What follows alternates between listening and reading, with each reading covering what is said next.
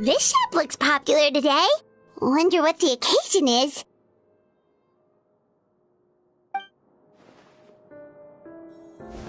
Butterfly Dew Cosmetics now on sale. Looks like it. Oh, Sigewinne's here too! Hey there, Sigewinne!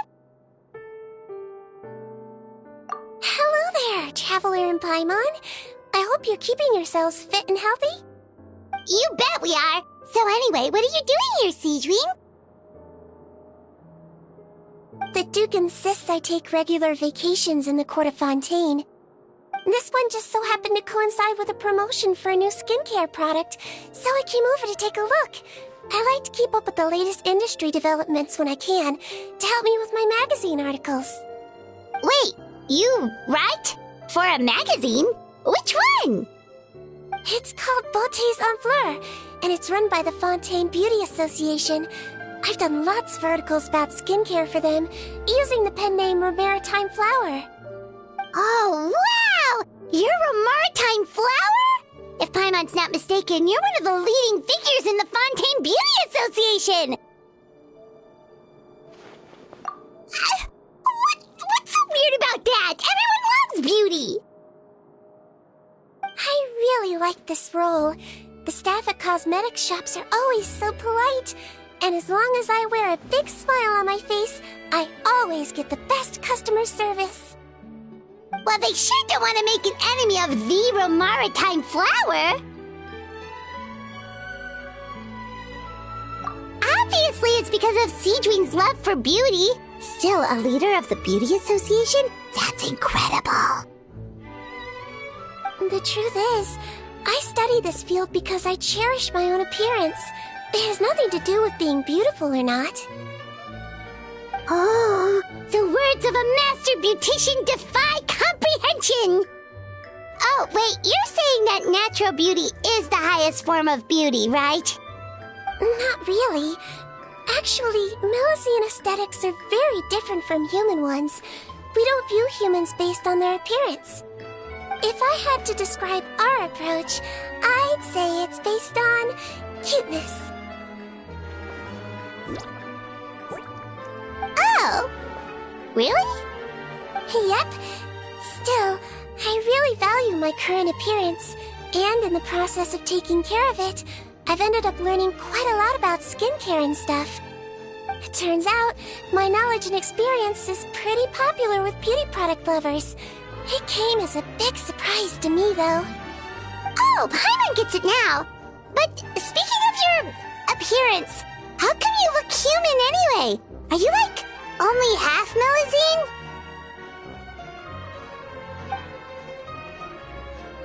Ooh, wait, sorry.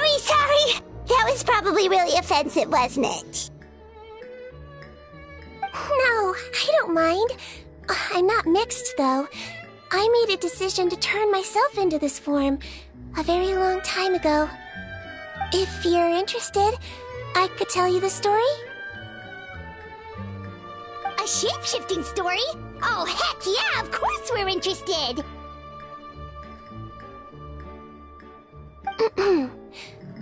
Once upon a time...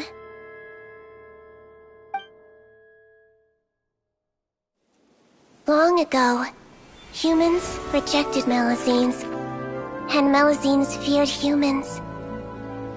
There was one Melusine who became fascinated with human medicine, but no human wanted her help. And there was one girl who liked Melusines, so no humans would make friends with her. So, the Melusine became the girl's friend, and the girl became the Melusine's patient. Your checkup's all done. You're still in perfect health. Thank you, Dr. Melusine. In this game of doctor and patient, a friendship was born. Then, one day, the girl fell ill. The Melusine was the only doctor to arrive on time, but the adults sent her away. Scram! Melusines can't be trusted! So just because I'm not human, I I can't save my best friend. In desperation, the Melusine approached the frightening witch. She begged and begged until she got a reply. If you take this potion, concocted of sin, you will gain a human face and grow human limbs. But then, you will lose everything that attracted this friend of yours to you in the first place. Can you accept that? The Melusine did not hesitate for very long.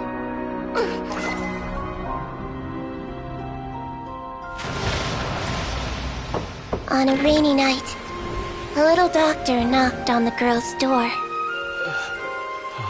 The doctor wore a hood and raincoat, maybe to protect her from the rain, but maybe also to hide a secret.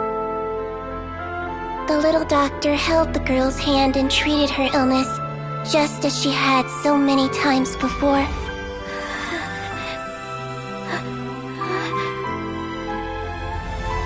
Dawn came, and the little girl's condition improved. But the little doctor was long gone, for she knew her friend would never recognize her again. And so, since then, I've lived my life in human form.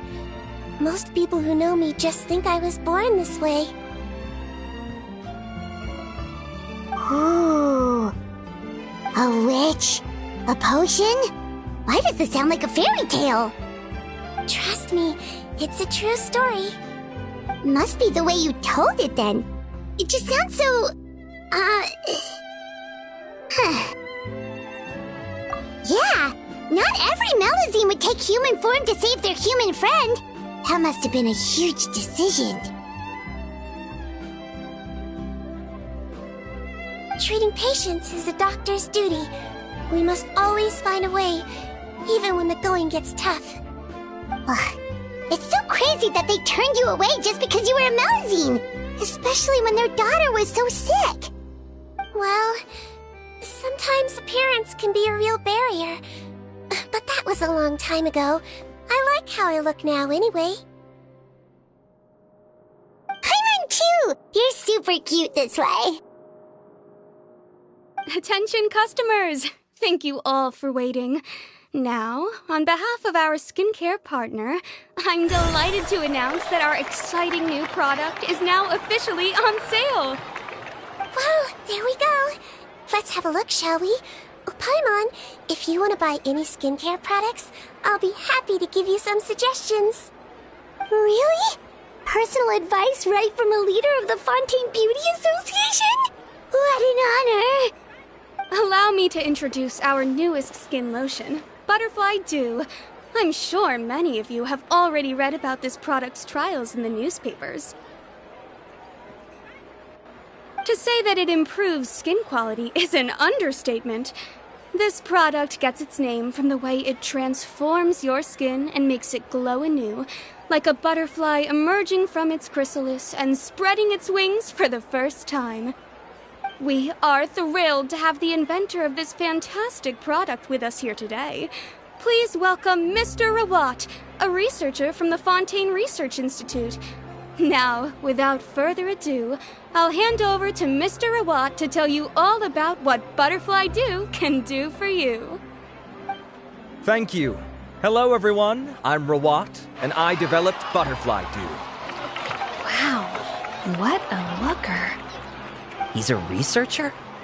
Wow, he's really challenging the stereotype.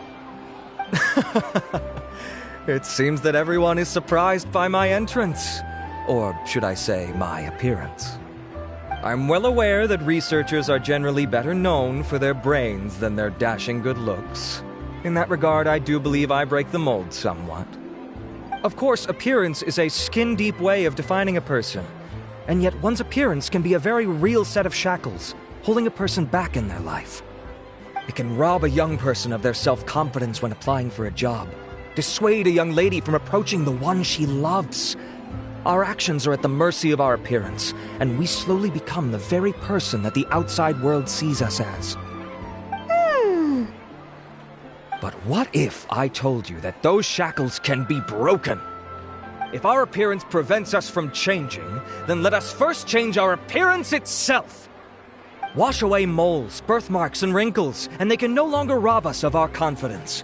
Replace them with luster and radiance, and we shall never again hang our heads in shame. That is why Butterfly Dew exists. Its mission is to allow us to shed our pupae, undergo a complete metamorphosis, and embrace a new life. Well, whether it actually works or not, after that speech, Paimon's already sold! Mr. Rawat, could I ask if you've used this product yourself? Of course, I tried it many times while I was testing it. You can consider me a product ambassador. Wow, then it's sure to work! Still, I don't expect to convince you just by blowing my own trumpet. So, could I get a volunteer from the audience to try it out? Oh, Paimon volunteers!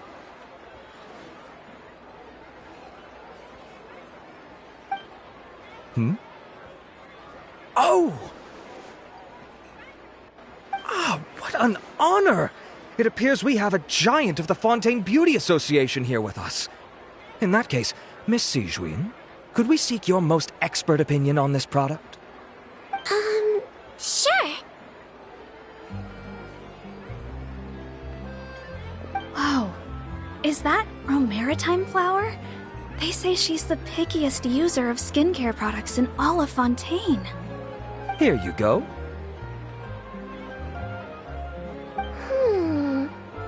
Oh, it's very kind to the skin, and the absorption rate is high. Even for Fontaine, this is a first-rate product.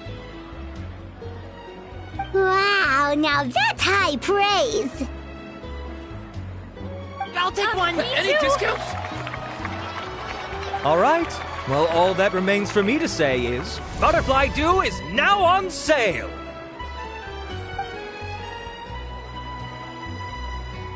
Think we should buy a bottle too?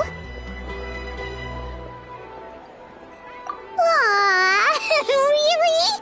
Well, it's still good to care for your skin though, right? Paimon definitely feels kinda rough from being exposed to the elements all the time.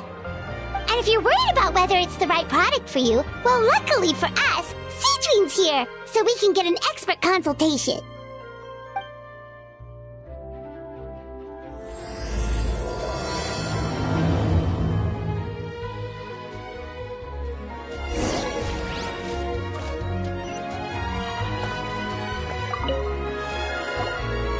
It's an honor to receive such high praise from you. To be honest, I was also hoping you might be able to point out some flaws in the product so I can keep improving it. With most skincare products, the pros and cons only become apparent with long-term use. Yet, this one has instant benefits, improving skin quality without any obvious side effects. It's one of a kind. Don't worry though, I plan to keep using it, and I'll publish regular reviews in Beautés en Fleur. You can read my thoughts there. All you need to do is subscribe. Oh, I was hoping for a more casual conversation, but you are a beauty association leader after all. I understand if you want to keep this professional. Sigewinne? Oh, excuse us, Miss Beauty Expert. But do you think this product is a good choice for me and him? Wait, are you the renowned traveler? That's right, and by his side, the equally famous Paimon. Well, I don't normally handle customer questions personally, but since it's the traveler asking, allow me to make an exception. Butterfly Dew is made for all skin types, so no matter who you are, you can rest assured that it will be kind to your skin. If anything, it might be marginally more effective on Fontainian's skin, but other than that, it works the same on everyone. Why would it work better on Fontainians? In the interests of protecting my trade secrets, I'm afraid I can't answer that, Miss Paimon. Alright then. How about a friend discount? Save yourself the trouble. I'd be greatly honored to have both of you use my product. Here, take 2 bottles for free. Yay! Paimon's private fund survives! I can see why you might think that, but please don't misunderstand. This gift is simply a token of my esteem. There's no business motivation behind it. To me, finding new customers for Butterfly Dew is about meeting kindred spirits, fellow admirers of physical beauty. I consider it a labor of love. Admirers of physical beauty? Eesh, that's embarrassing to say out loud. It sounds so shallow. It's nothing to be ashamed of, Miss Paimon. Most people claim to desire inner virtue, but it's still physical appearance that turns their heads. This is a fact of life. It's only natural for people to desire to become beautiful. And that's exactly what inspired me to choose this research direction in the first place. You're right. Everyone loves beauty, don't they? Look at the time.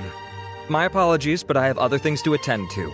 I'll leave you with these 2 bottles of Butterfly Dew, and I look forward to seeing you again.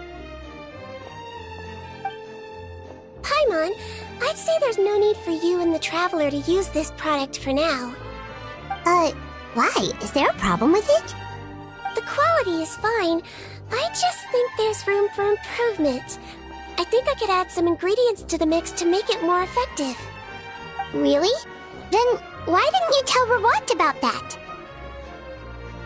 Researchers are a very special breed of human. You can point out their flaws to their face and they won't mind very much. But if you tell them that someone else could do a better job, ooh, now that'll make them really upset. If I'd mentioned it, he probably wouldn't have given you those 2 bottles for free. Fair enough, that makes sense. If you're interested in the more effective version, I can write up a list of ingredients for you. Just come get me once you've gathered them. When you say more effective, you mean it'll make Paimon even prettier? Ooh, how can we say no? As for me, it's probably time I got back to the Fortress of Meripede. I mustn't leave the infirmary unattended for too long. Alright, see you there then!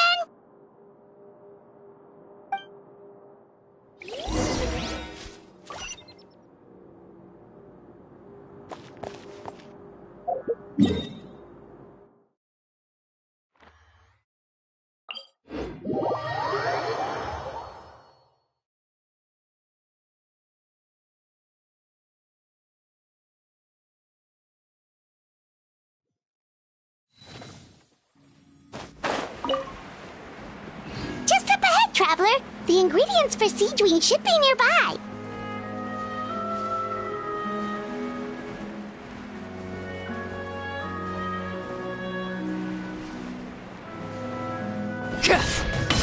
Transfixed!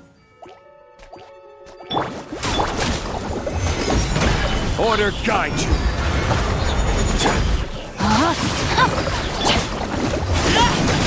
This is where you fall.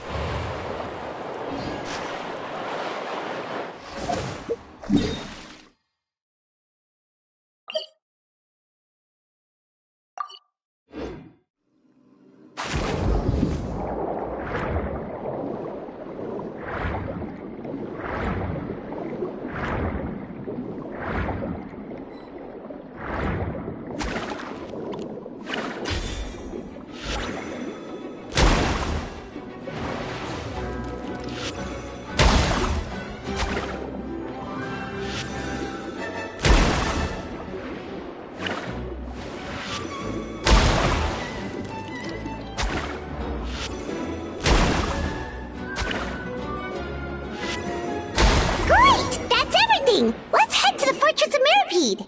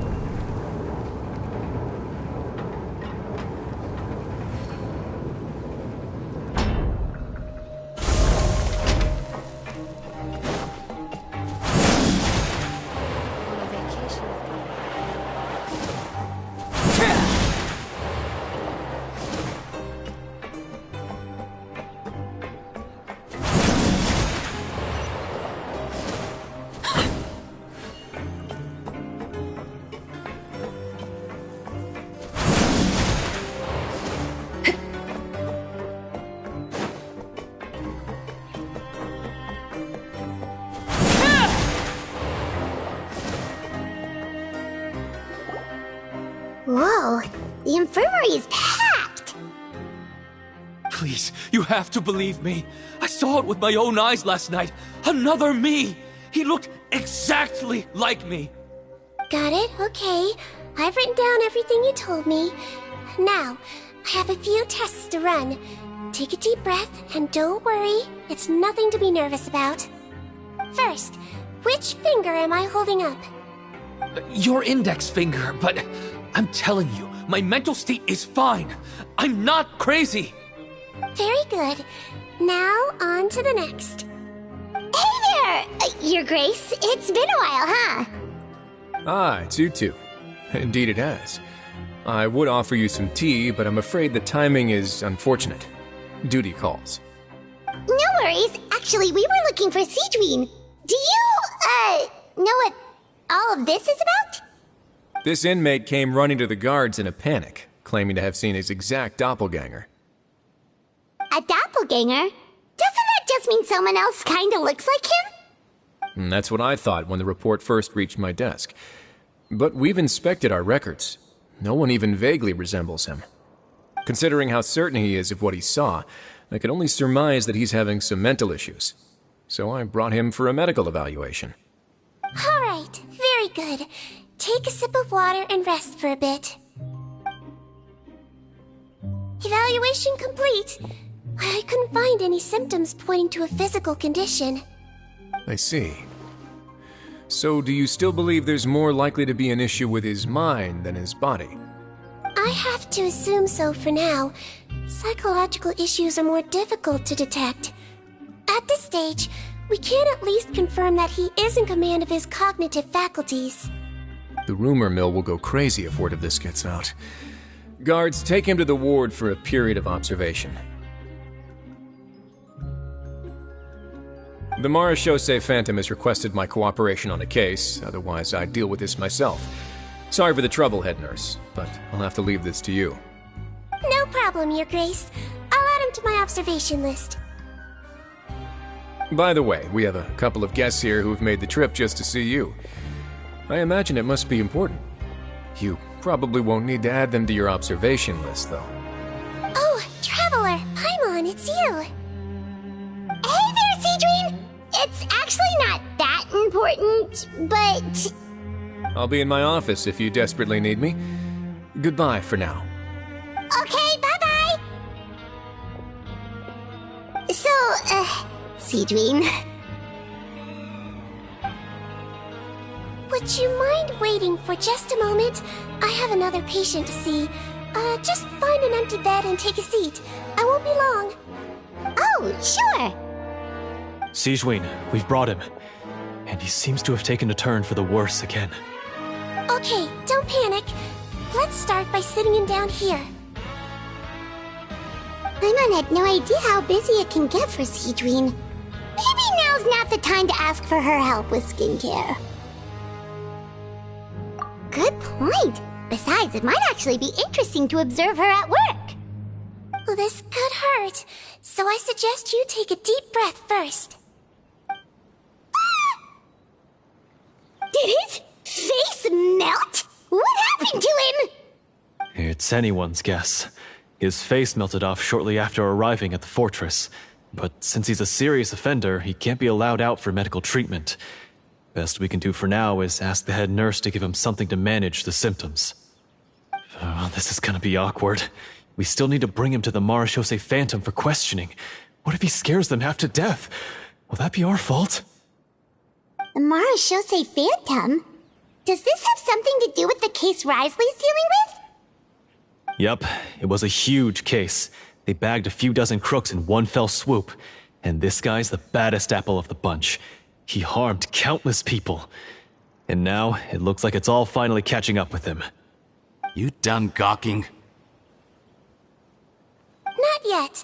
I need to check the severity of your ulcers to decide the right dosage. Don't worry. We Melusines have a very different sense of aesthetics from humans.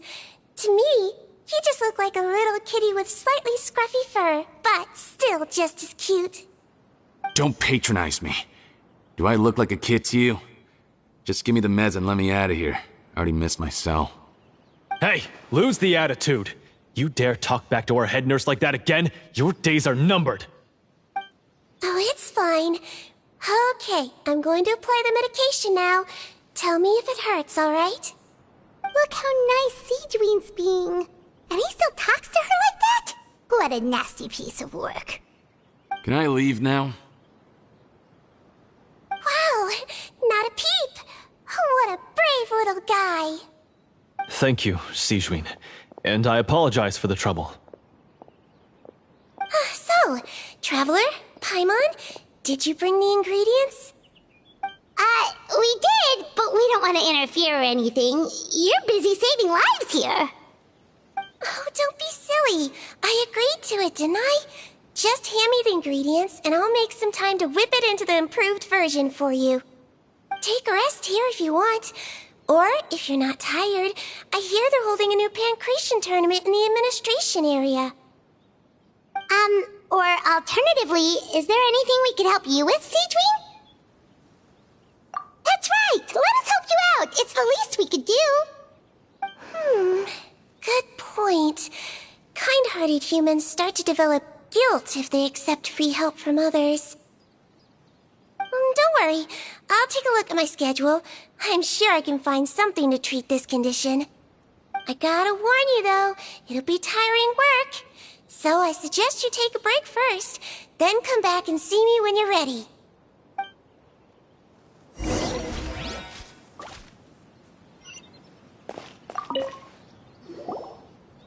We're ready, Sigewinne! What's our first mission? I found the perfect job for the Traveler. First, I'd like you to lie down in this bed.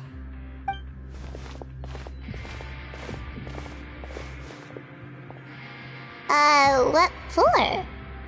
I need you to pretend to be sick. What? Oh, is it that difficult? I thought you did a pretty good job last time. Oh, so you knew. I sure did. He was way more interesting than the usual malingering inmates, and you played along very well, Paimon. I observed you two for quite a while after that. Well, this is awkward. But why do you need us to do it again now? No time to explain. My next patient will be here any second. Please just do as I say. You can, pretend like you've got a nasty headache, and throw in some dry heaving for good measure. Okay.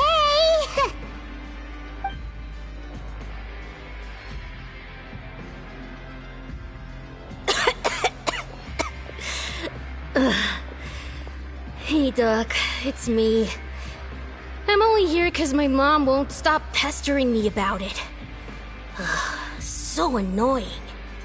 Well, your mother has enough on her plate with a busy job. Well, the last thing she needs is to worry about you being sick as well. I know. I shouldn't treat the place like a playground. Shouldn't go swimming in the lower levels where we join up with the sea, because it'll give me a cold and distract her from her work. I thought I'd be able to have some fun here at the fortress for a few days, but it's always, don't do this, and don't do that. All right, sit yourself down and I'll take your temperature. Your fever still hasn't gone down. Well, here's your medicine. 1 cup for starters, and we'll see if it helps. But Doc, it's so bitter. Do I really have to drink it? I mean, I'll be fine, right? I've got an uncle who caught a cold. His fever went away on its own after a couple days. Can't you just write me a note saying I'm on the mend? I just need something to keep my mom off my case. I sure can. You're a very brave boy, after all. Huh? Brave?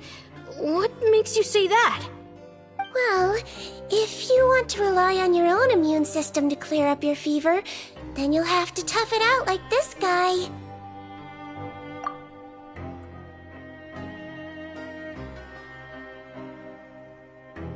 Hang in there, traveler! Are you gonna puke? Paimon can get you a paper bag! Huh? As long as you're tough enough to get through the nausea and dizziness caused by the high fever, you'll be right as rain after just a few days' rest. And if I'm not tough enough? Hey! Wake up! Wake up! Put it this way. At least you'll never have to see the doctor again, right? I think maybe I'll take that medicine after all, if that's okay. Oh, of course. Here, it's still warm. It's so bitter. All done. Great job, you two. That kid really doesn't know what's good for him. His mother's a guard here. She's been working back-to-back shifts lately, but unfortunately his father's away on a business trip right now. She had no choice but to bring her son here for the time being. He was quite happy at first. He seemed to think that the Fortress of Meropide would be all fun and games. So you made us put on that act just to scare a kid into taking his medicine? That's a pretty sneaky trick. Seems like there's a whole side to Sigewinne we never knew about. It's a technique I learned from my teacher. Oh, you had a teacher? Was she a Melusine doctor too? She was human. She passed away a long time ago. Oh, sorry. No, it's fine. I really liked my teacher, so it's always nice when I get to talk about her with other people. She was a traveling doctor, and since she didn't have a clinic, she'd go out and visit her patients wherever they were. Dealing with the badly behaved ones was her specialty. She used to say, if you can scare the little brats into taking their medicine, you won't have to hear them wailing and screeching when their condition gets worse. Huh, she sounds like a pretty strict teacher. Strict? Well, that's not how my teacher saw it. She thought of herself as terrifying to kids. Strange way for a doctor to describe themselves. Now Paimon's curious to know what she looked like. As it happens, I actually have a picture of her. Oh, wow, yeah, okay, that'll terrify the kids. Yep. All the children she treated thought she was a witch. Why does it almost sound like you're envious of her? Oh, because I am. If she was here, all the children would take their medicine without any need for tricks. A doctor who looks like a witch. True, they wouldn't dare try anything funny with her around. Oh, me, on the other hand, it's hopeless. Children aren't afraid of me at all. That's actually a good thing, you know? Oh, my next patient should be arriving now. Would you mind lending me a hand again? Sure thing! On to the next mission!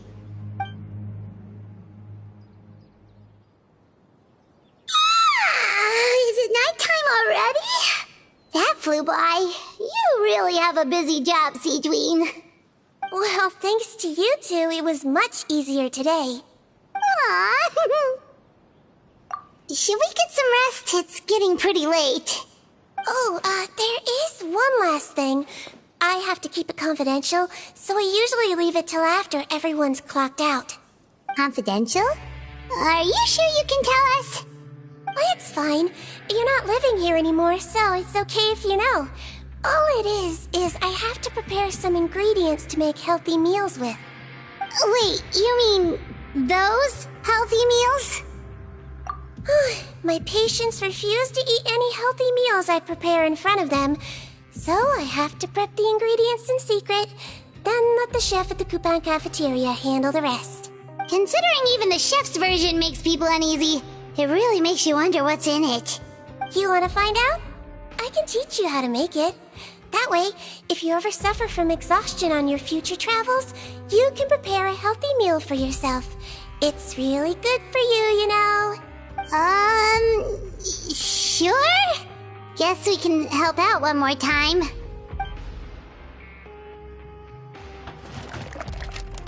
The ingredients are ready.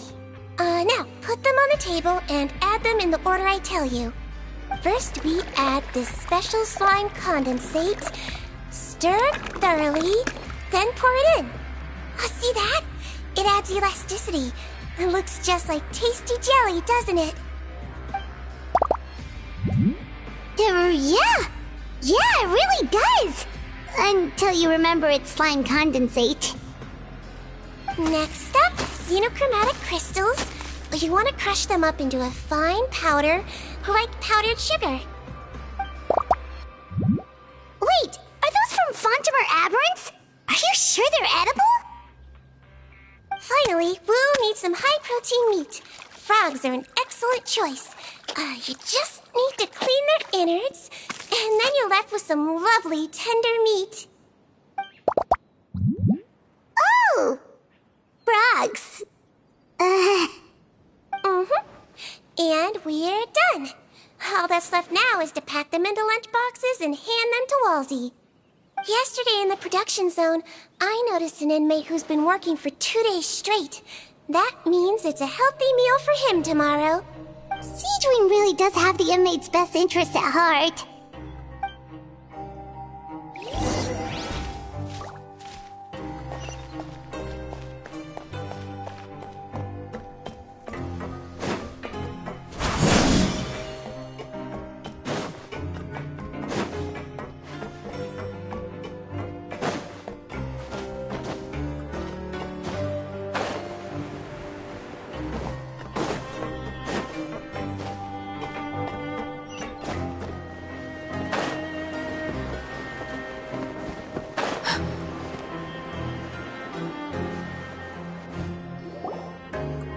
Ah, head nurse. Got some extras for me? Just the one today. The serial number's on the lid. Sounds good. I'll make sure it gets delivered. Sounds like they're talking in code. Thanks for your help. Oh, it's no trouble at all. I only wish I could do more. You work so hard for all our sakes. I'd happily lose a little sleep if it meant helping you out. That won't do. If you reduce your sleeping hours any further, your health will start to suffer. All right. Nurse's orders. I'll do as I'm told. But you take care of yourself too.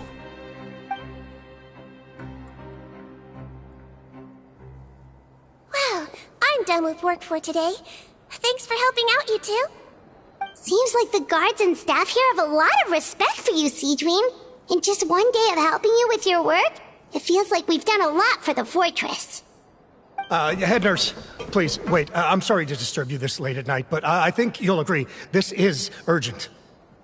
Okay, just relax and catch your breath. What's the matter? The guard at the observation ward, Odilon, he told me to pass on a message to you. One of the inmates there, the guy suffering from possible hallucinations, well, he seems to have made a sudden recovery, and now he wants to apply for permission to leave the ward. Huh? Already? You were right to tell me. I'll have to examine him and make sure he's well before we discharge him. Looks like we've got one job as medical assistants left. We'll come with you.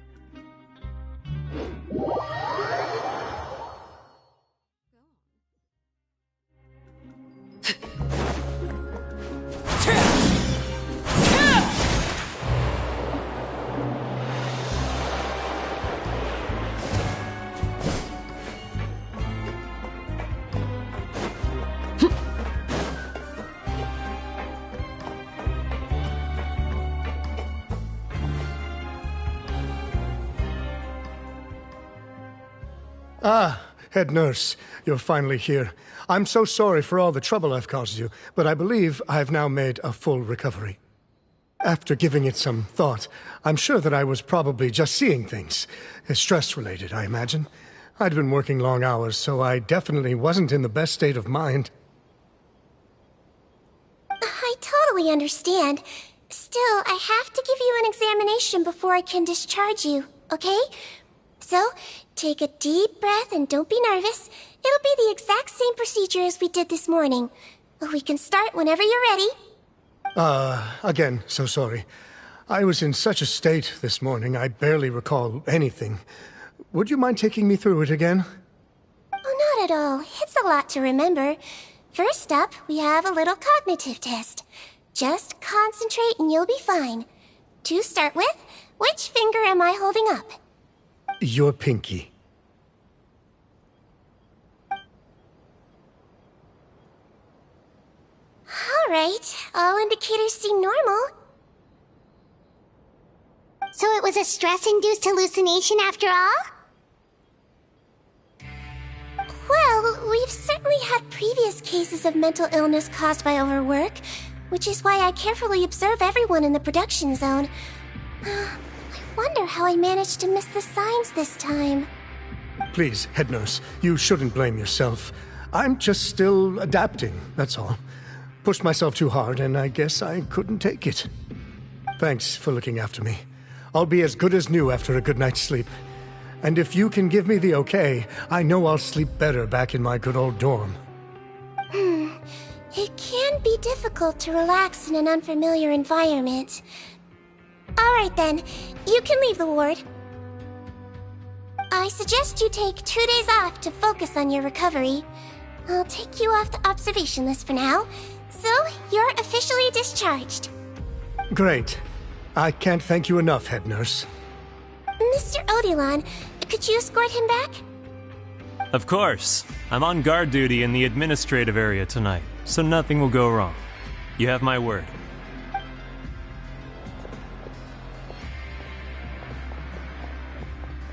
Guess you're finally done for the day now, huh? Yep. But I still haven't gotten around to making that improved lotion for you yet. Oh, no rush! Seriously, it's super late now. You should go get some rest too. Well, tomorrow it is then. Good night, Traveler. Good night, Paimon. Hope you sleep well. Oh, don't you worry. We will. After a productive day of work, we're both gonna sleep like a log. Yeah, sleep tight, Sigewinne. See you tomorrow.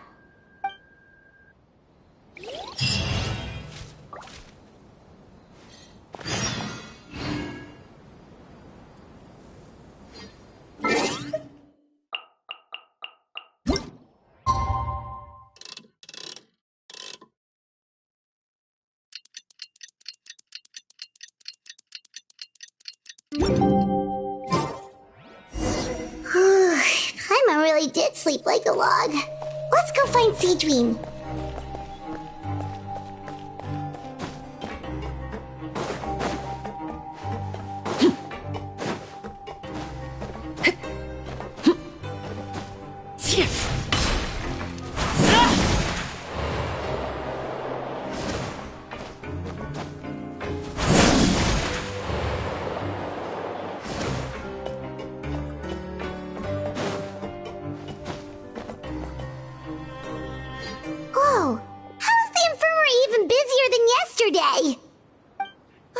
Good morning, Traveler and Paimon. I have a few people here for a checkup, so you might need to wait for a while. No problem. Anything we can do to help? There's a bit of a complicated situation here. I'm still getting to the bottom of it myself. You have to believe me. I'm telling the truth. You're in a medical facility. Keep it down.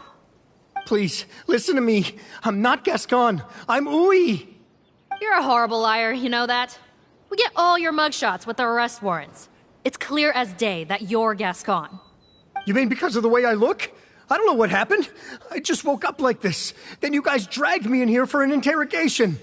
I brought you here to figure out what's going on. If you truly are the victim of an injustice, yelling isn't going to achieve anything. At most, it'll delay your vindication. All right. I get it. This is nuts. Yesterday's interrogations went fine, and now this. Morning, Your Grace. What's going on? Remember the case I mentioned yesterday? The one brought to me by the Marechaussee Phantom? Well, we've been questioning the inmates involved this morning. Every single one of them is claiming mistaken identity. Huh. That's even weirder than what that guy was saying yesterday. The thing is, none of them have been able to provide any evidence whatsoever to support their claims. Questioning them further got us nowhere, so for now, we've brought them to the infirmary. And we thought yesterday was as busy as it got for Sigewinne. We've compiled their statements. Have a look. Perhaps there's something we missed.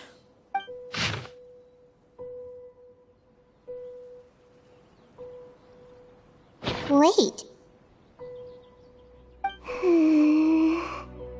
Release? Interesting. The inmates they spoke of in their statements appear to all be due for release today.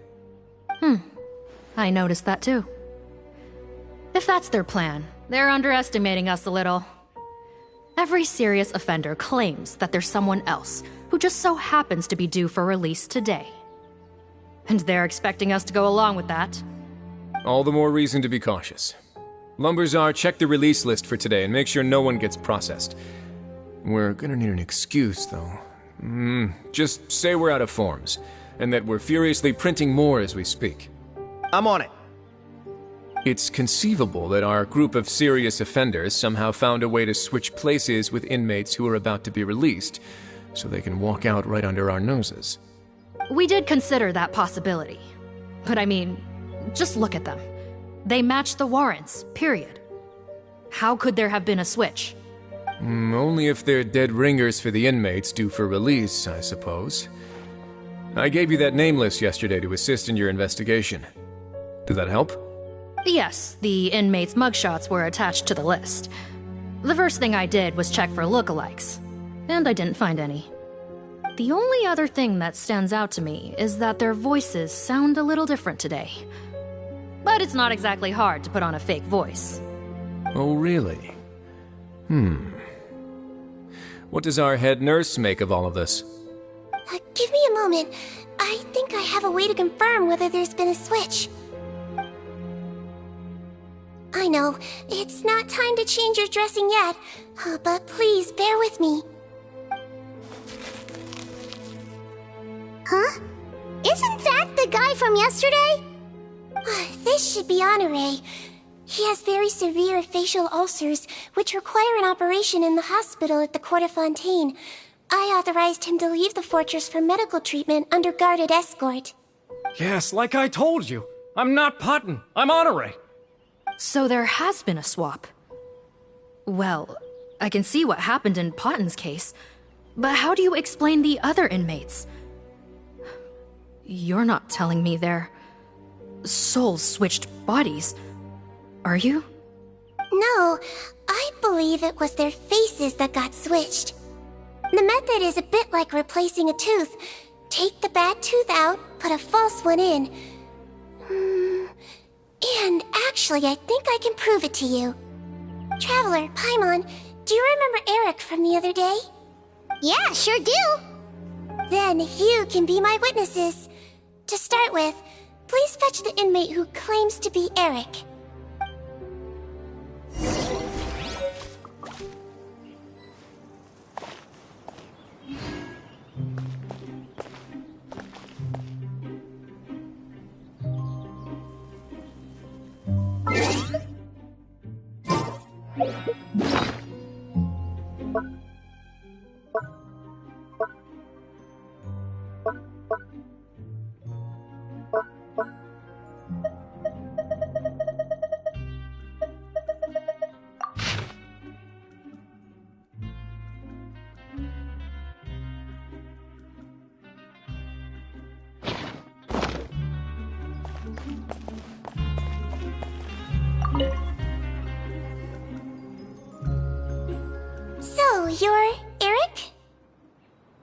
Yes, head nurse, it's me. You do believe me, right? I need to do another examination on you. Same procedure as yesterday. All right, it's the cognition test first, right? So I need to concentrate. Now, try to recall if you can. The last time we did this test, which finger did I hold up? I believe it was your index finger. But that means... Huh? So basically, last night, the Eric who said he saw another him suddenly recovered and applied to leave the observation ward. Sigewinne did another test before letting him leave, but that time, she held up her pinky finger. Huh? I don't know about any test last night. There was nothing to do in the observation ward, so I went straight to bed. Then I somehow woke up in a high-security cell. Well, in that case, there is a reasonable explanation for the strange events of the past 2 days. So, what exactly happened? The gang of serious offenders wanted to break out of prison, so they identified a group of scapegoats, namely inmates whose terms were almost up, and planned to switch appearances with them. Last night, when Odilon was on duty, they ambushed him and had one of their group switch appearances with him using their face-swapping method. That allowed them to avoid scrutiny from the other guards. Then, once all the other inmates were asleep, Odilon spent his night shift carrying out the remainder of their switcheroo plan. However, they made one mistake. Henri changed his appearance to match Eric's earlier than he should have done, and ended up being spotted by the real Eric. Real Eric came to the guards for help, but we didn't know then what we know now, so we put it down to hallucination and sent him to the observation ward. However, since one of the gang members was posing as a guard, they simply changed real Eric's appearance and had their Eric take his place, muddying the waters even further. Right, because I put Eric on the observation list by then, and no inmates on that list can be processed for departure until I've discharged them. Hence why the imposters had to pull that little stunt to get fake Eric off the list. Yeah, it all makes sense now! The Duke cracked the case! Well, I can't fault the reasoning. But I'm afraid that we ruled out the possibility of face switching very early on in this process. Criminals altering their facial appearance to commit crimes is nothing new. In fact, one of the explicit duties of the Melusines in the Marechaussee Phantom is to identify criminals in disguise. We carefully examined all the suspects, and there is no evidence that any means of disguise were used in this case. Huh. Well then, how do we explain all this? So far, it seems more likely that the gang stole documentation belonging to the inmates due for release, and are using that to commit identity fraud. Actually, there is a potion that can completely change someone's appearance. If they use that, even a Melusine wouldn't be able to detect it. A shape-shifting potion? Forgive me, head nurse, but this is the first time I'm hearing about it. If such a potion truly existed, it would jeopardize our entire investigative process at the Marechaussee Phantom. Are you certain of this? Yes, I am. But... Please, trust me in my professional opinion as an experienced clinician. At the same time, without any solid evidence, it's pure speculation. If we can round up all the inmates suspected of switching places, then have a little talk with both sides, we might just get our answer. Yep, let's do that. Okay. Well, it was our negligence that meant we had to come and conduct these post-internment interrogations. And I know it's put you out. We'll do it your way. Your Grace, bad news. I paused the releases like you asked, but we were too late. A bunch of people already got processed 2 hours ago. I checked the list, and sure enough, it's all the people who gave statements. 2 hours ago? That's before today's interrogations began. They had this all planned out. So there really was a switch after all. They really pulled the wool over our eyes on this one. We should be able to catch up with them if we leave now, right? Not if that potion is real. They can just switch faces again after leaving the fortress. And if the Marechaussées Melusines can't even spot them, we wouldn't know where to start searching. Yikes! So we're at a complete dead end!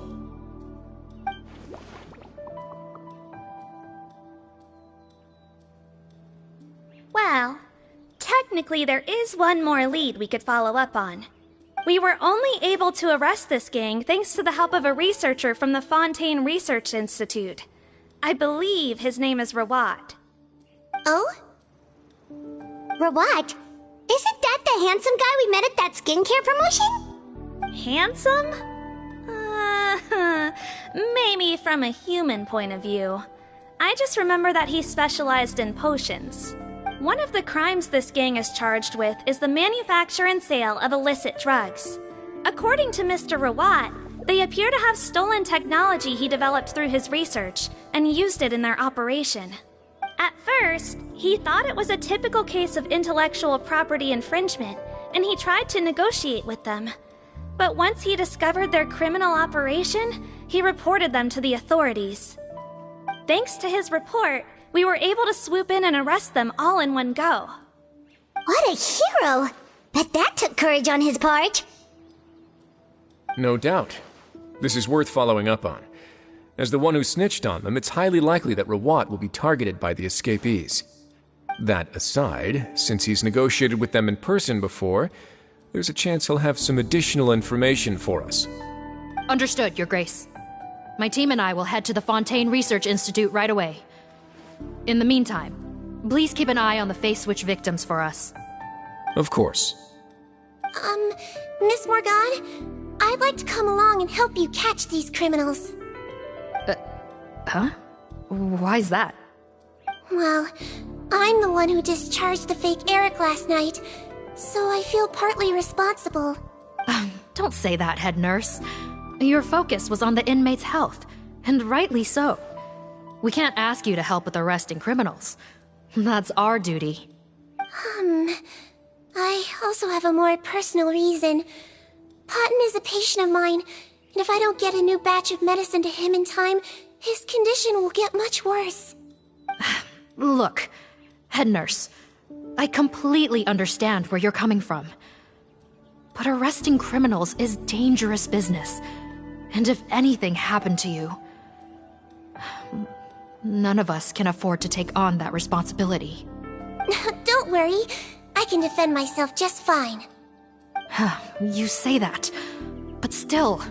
If I may, Miss Morgan, Sigewinne is the one who raised the potion hypothesis, and I'm sure she has far more expertise on the topic than your team.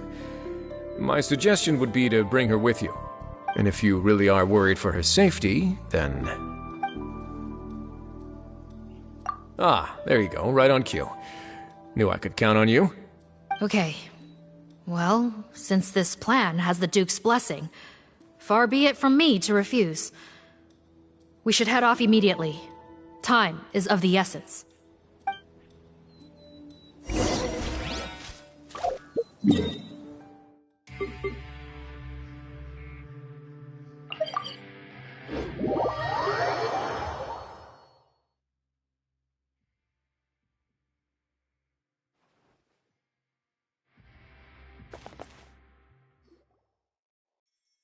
Greetings.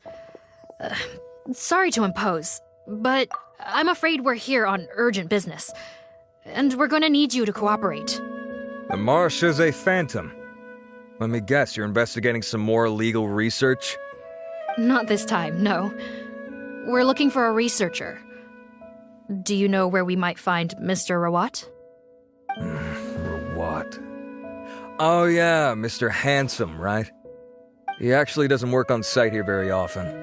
There's a handful of researchers in the nearby area who know him pretty well, though. You can see what they know.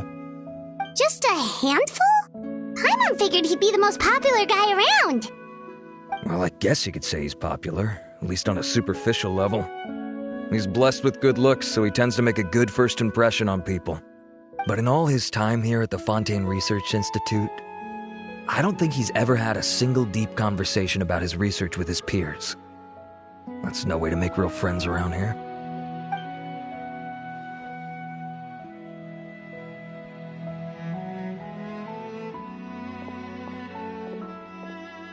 That's so weird. He definitely didn't come across like a recluse at that product promotion. Oh, I don't find that weird at all. He definitely didn't strike me as the kind of guy who's, good at making friends. Really? Paimon couldn't tell. Must be a Melusine perception thing. Okay, we should talk with his acquaintances. But we also need to check the Research Institute for any clues. Let's split up. It'll save us some time. Sure thing. We'll go ask around among the other researchers with Sigewinne. Paimon's suddenly kinda curious to know what everyone really thinks of him.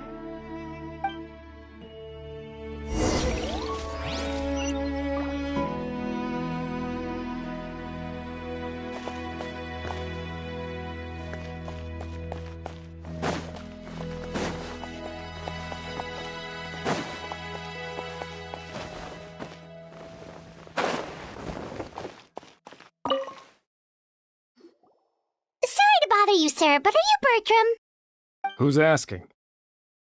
Just some concerned citizens helping out the Marechaussee Phantom with an investigation. We'd like to ask you about Rawat's whereabouts, if that's okay. We're told the two of you are pretty close. Not anymore, we're not. Turns out we don't see eye to eye. Oh yeah? What happened? The thing about us researchers is, most of us do what we do for some sort of higher purpose. But not Rawat. All he cared about was how to commercialize his findings. He won't even let you work with him unless you sign a confidentiality agreement first. Also, he has better control over who gets which intellectual property rights. How are you supposed to get any meaningful research done working with a guy like that? Now that I've got my own technical solution for my compressor, I don't need to work with him anymore. So that's what Rawat is really like. We'd still like to know where to find him. Is that something you can help us with? Wait, Yeah, I know you. You're the head nurse at the Fortress of Meropide. Alright, then I'm happy to help you if I can. I respect the work you do. Medicine serves the highest purpose of all the sciences. Wow, turns out Sigewinne's got some real clout. Thing is, I have no real way of knowing where he might be. I stopped working with him 2 months ago, and I've barely seen him since. But if you want my advice, I'd say go talk to the peddlers. There's a few he meets with every other day or so. Maybe they know where he's at. Peddlers? Yeah, back when I was working with him, I noticed he met with them quite often. Wouldn't surprise me if they were involved in some shady business together, because it seemed like they went out of their way to avoid discussing anything in my presence. The little I overheard was about manufacturing and selling pharmaceutical drugs. Like I said, he's all about the money. Drugs? Doesn't he work with skincare products? Do those count as drugs? Who knows? I never cared to find out. He's the Mora Grubber, not me. Thank you. You've given us plenty to work with. Welcome. Goodbye, and may we both reach new heights in our scientific endeavors.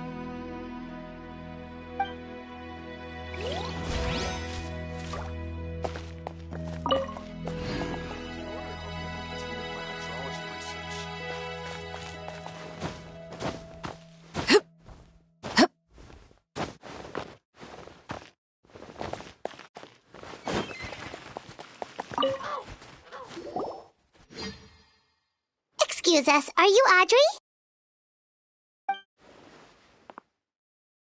That's me. What is it? Are you close friends with Rawat? We're trying to find out where he is. Close friends? You mean because I told him I had feelings for him once? I doubt I'm the first or last at the Institute to make that mistake. Why would you single me out as a close friend? I should have known, really. Men like him, they just enjoy being surrounded by fawning women. They're not interested in a serious relationship.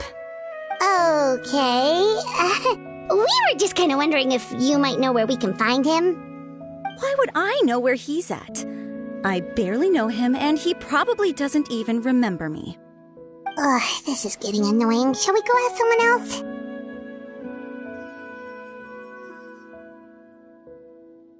I think she knows Rawat better than she cares to admit. If we leave now, it might be a wasted opportunity. Maybe, but we're not going to get much out of her while she's in this state, are we? She's displaying symptoms common among people in love, if that's what you mean. But I know a cure. It's curable? Oh, we're still no closer to finding Mr. Rawat. Oh, by this point, he could be in grave danger. Danger? Wait, why are you looking for him again? Oh, that's right, yeah! The Marechaussee Phantom said that he's been targeted by some pretty bad people. We need to make sure he's safe. What? How has this happened? He seemed fine when I last saw him, and that was only a couple of days ago. Just happened to run into him, of course. Oh, I see. Well, do you have any thoughts on where he might be right now? Okay, but this is purely out of concern for his safety. If he's not at the Institute, he might be at his mother's place. I heard she raised him alone, that they had it pretty tough financially, and these days she's housebound due to illness. He makes regular trips back home to check on her. Oh, okay. Do you know the address? Nope, sorry. I only found out the thing about his mother because it came up in conversation once. I was just trying to find out more about him, so I could get to know him better. When I told him I had a crush on him, I offered to help him take care of his mother. And yeah, maybe that was a stupid idea, but did he really have to yell at me for it? It's like, fine, I can take no for an answer, but what's with the temper tantrum? Unbelievable. These guys only want to show you their charming, well-groomed exterior. They can't stand it when a few home truths shine through. Looks like her love syndrome is flaring up again. We need to find out Mr. Rawat's mother's address. Let's check with the Marechaussee officers when we regroup. Cool, sounds like a plan.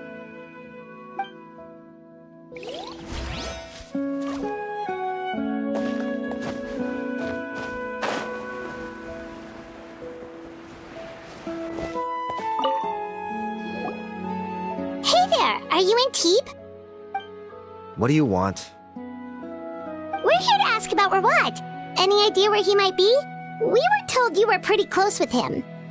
Close? Not sure that's the word I'd use. He wouldn't even let me use his patent.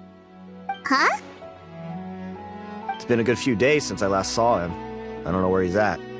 Go ask someone else. Would the patent in question happen to be related to the new skincare product he developed? Yeah, kinda. Butterfly Dew, or whatever he calls it. I heard he made a tidy sum off of that one. Okay, now we're getting somewhere. Keep going. Most of the other researchers here focus on mechanics, energy, stuff like that. I get why he wouldn't be interested in having anything to do with them. But I'm studying coatings. There's a huge overlap in our areas of research. Why would he refuse to work with me? I bought his product once and noticed it contains a unique substance that might have applications in coatings too. If it worked out, I could probably make as much as he's making. Don't get me wrong, I had no intention of plagiarizing his work. I was hoping to get official permission to use his findings in my own research. Followed the proper procedure. It was all above board. I would have had to pay him a license fee and everything. But despite that, he turned me down not once, not twice, but 3 times. It's like he's vehemently opposed to the idea of anyone else making the kind of money he does. Huh, so is Rawat antisocial, or is this guy just jealous? Well, it doesn't look like we're gonna get any info about Rawat's whereabouts from him. Let's go! Wait, 1 second. Mr. Antibes, next time you go shopping, you should buy some Buell fruits. Peel the skin, steep in water, then drink. It'll help calm your mood. Huh? Yeah. Well, that's all 3 researchers. Let's head back to the meetup point.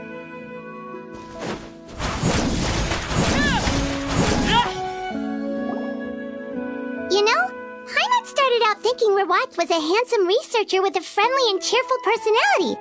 It's such a surprise to learn that his peers have a different impression of him. So, what's your view of him now, Paimon? A handsome researcher whose difficult upbringing turned him into a profit chaser with a chip on his shoulder? So your thoughts about his appearance haven't changed at all? Well, his looks are kind of a big deal. At least in Paimon's opinion.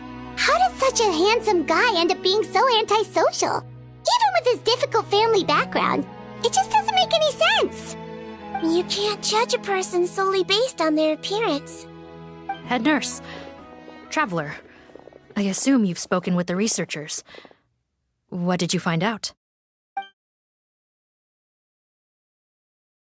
Bertram mentioned Rawat's involvement with some pharmaceutical merchants.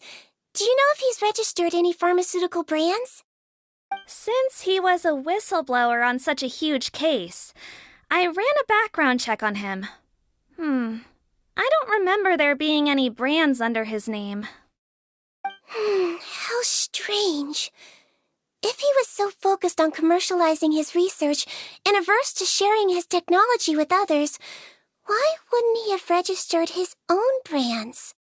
Maybe he and his business partners needed to avoid public scrutiny? You think he may have colluded with the gang?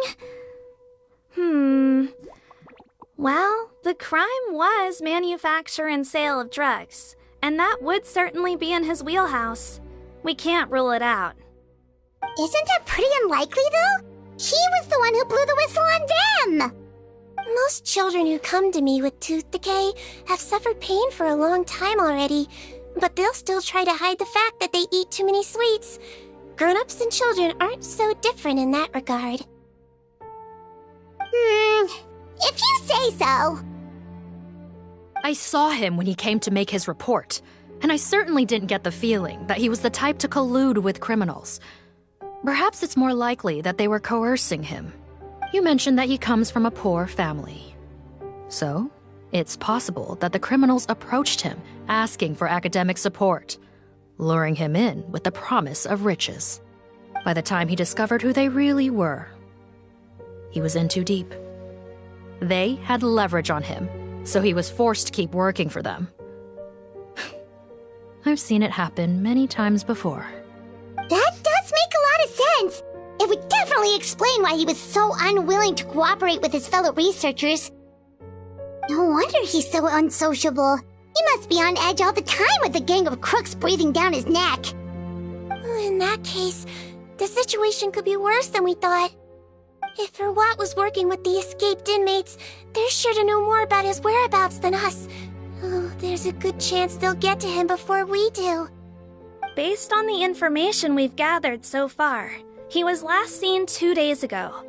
If no one's seen him since, maybe we're too late. 2 days ago? So he went missing right after that product promotion. That was the same day he reported the criminals, too. Not a good sign. Don't worry, everyone. I believe we still have a chance. Since he disappeared right after blowing the whistle, it's likely that he's gone into hiding. Yeah, he must have been worried that they'd come for him. All the more reason to find him as soon as possible. The only lead we have at the moment is his mother's house, which you mentioned earlier. Seath, think you can find the place? Yep. When you register a brand, the Court of Fontaine requires you to provide a legal address. The one Rawat wrote down was in the outskirts of the city. That should be the place. Okay, then there's no time to lose. Let's move.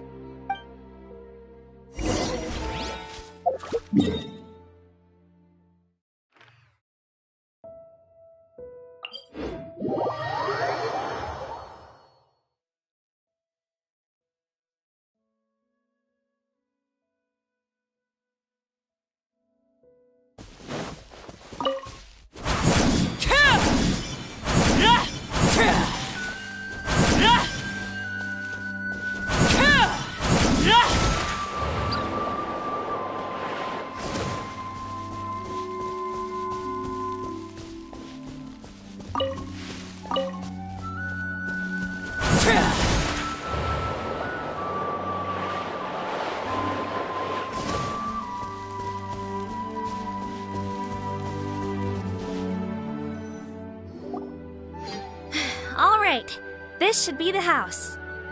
I'm pretty sure this was the address. Okay, I'll knock.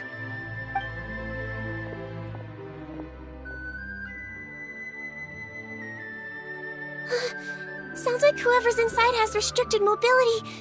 Oh, it seems serious. What's the fastest way to get this door open? Break the door down? No, I'll handle it. Let the expert deal with it.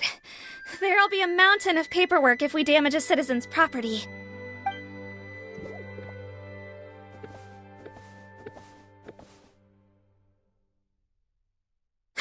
Calm down.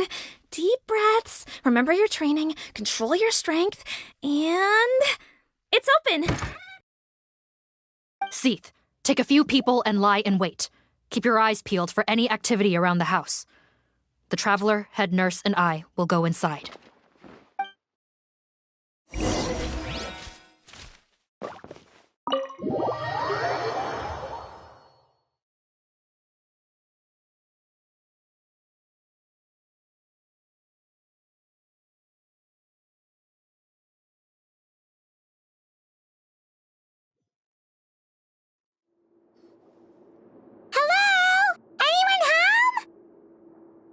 Oh, there. On the bed, there's an old lady. That's gotta be Rawat's mother, right? She doesn't look like she's in any state to be answering our questions, though.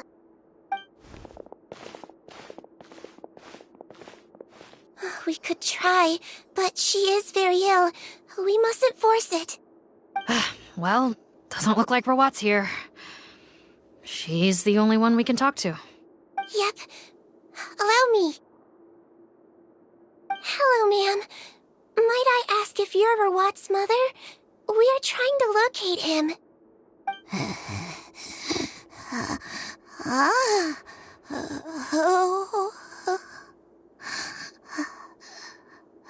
Hard of hearing, perhaps. Does anyone have a picture of Rawat? I have one here. I'd like to show you a photo, ma'am. Is this your son? Do you know where he is?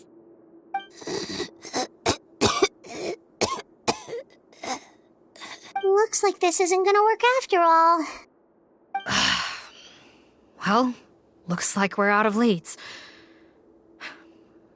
If Rawat's not here,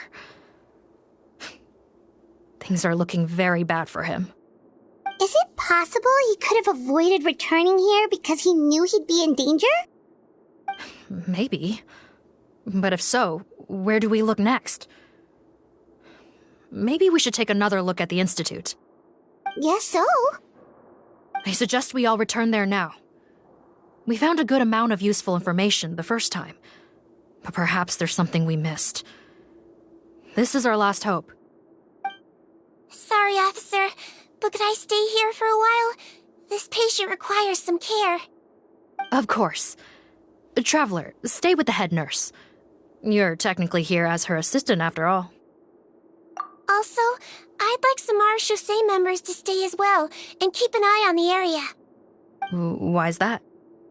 If Rawat knows how serious his mother's condition is, he will return. Got it. Okay, I'll tell the squad members in hiding to stay put and keep a lookout.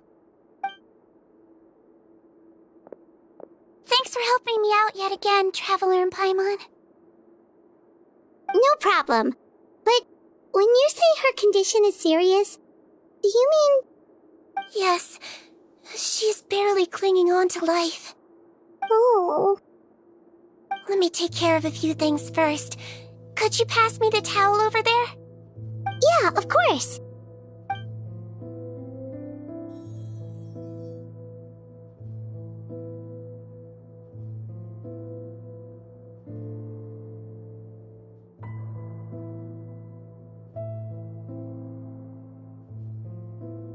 I can tell that her family has tried a lot of different treatment methods, including some very expensive medicines. Unfortunately, her condition is so multifaceted that a recovery looks all but impossible. Sigewinne, Paimon bets being a nurse must be pretty tough at times like this. Yes, it makes me a little sad. In a Melizine's eyes, a human's birth, aging, sickness, and death are as much a part of natural law as sunrise and sunset. But human medicine can defy that law to some extent.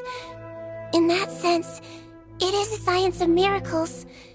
That is why I became fascinated with it in the first place.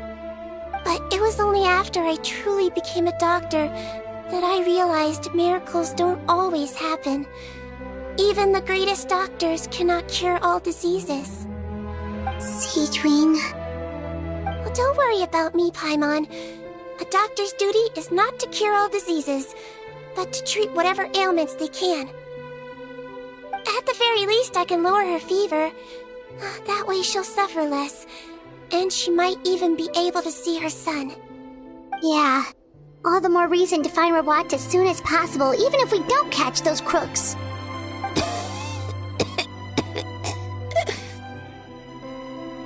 Oh, her fever is getting worse.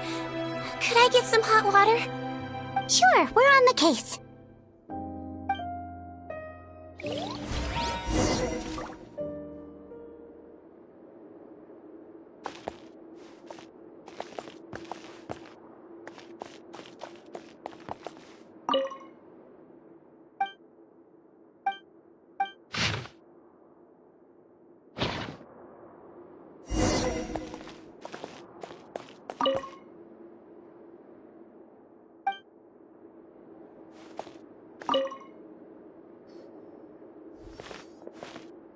Found the hot water? Sure did. And look what else we found.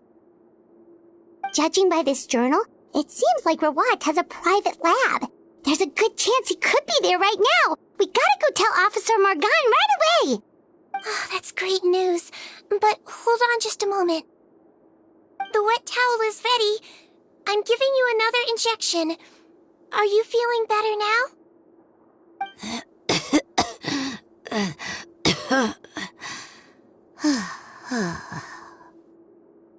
It's all right. We'll go bring him back. Please hang in there. Thank you.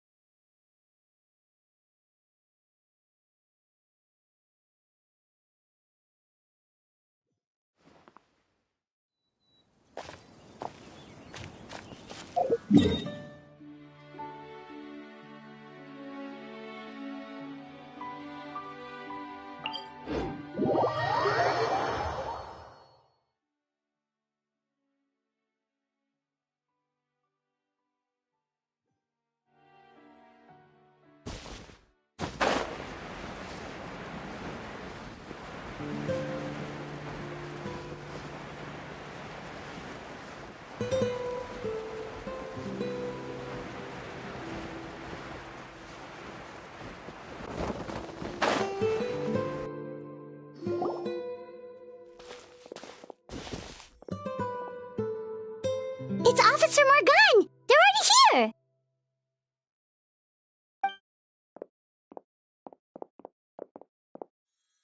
We came as soon as we heard the news. I can't believe we were so careless. The most crucial information of all was hiding right there, in that room. And we missed it. Don't blame yourself. Right now, we need to focus on finding a way in. There's a mechanical door over here! Hopefully the instructions in Rawat's journal will help us open it.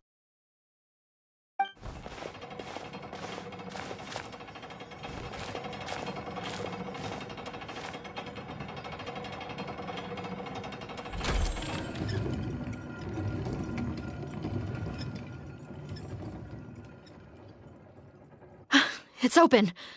Let's go in.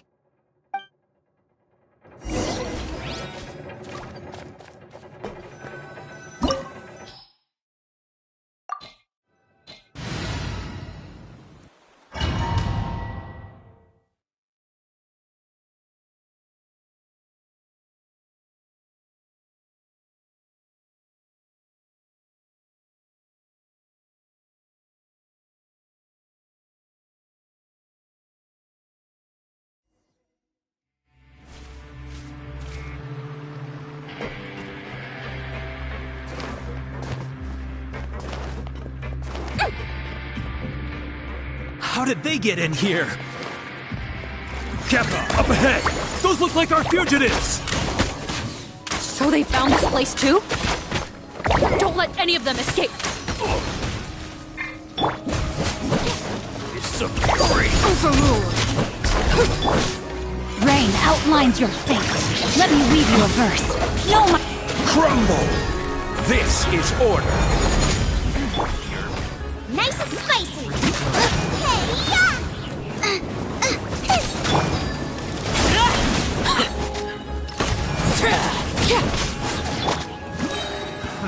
Another test subject. Don't be nervous! Just relax!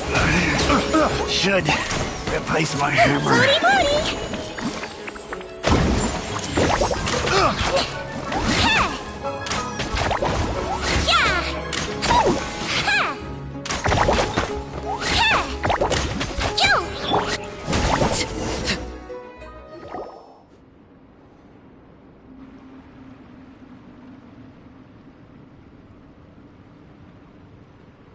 Captain, according to our list, many of the fugitives aren't accounted for. There may be others hiding deeper inside the facility. Ah, so these guys were just the lookout crew. The Marashose Phantom! How did they find this place? Wait, it's that guard from the fortress! That's right, I'm on your side. The Duke sent me. What's the matter? Some sort of mix-up? Mr. Odilon, didn't I tell you a few days ago that you need to stop all field work until you've recovered? Well, you know, gotta help His Grace out. Share the load. Officer Morgan, this man is an imposter. The real Mr. Odilon has no recent health issues. What? But I... Looks like the head nurse was right about the face-swapping method. Arrest them all! DuPont, stay here and keep guard. And watch the exit. If we're not back soon, call for reinforcements. Got it.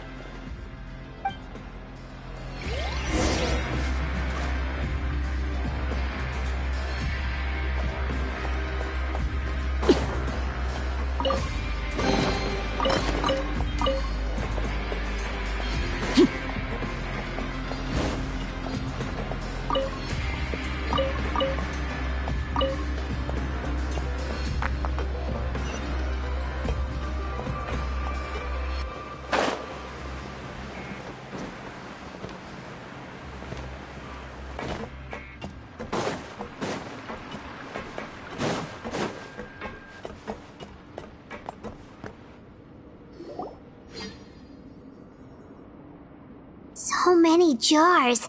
Was this some sort of production facility? This scent, it's probably the ingredients used to make butterfly dew.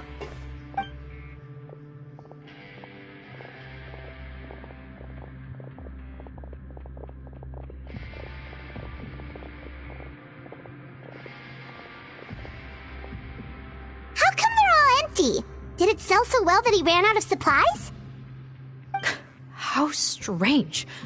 Why would Rawat choose to manufacture a popular product like that in such a difficult-to-reach location?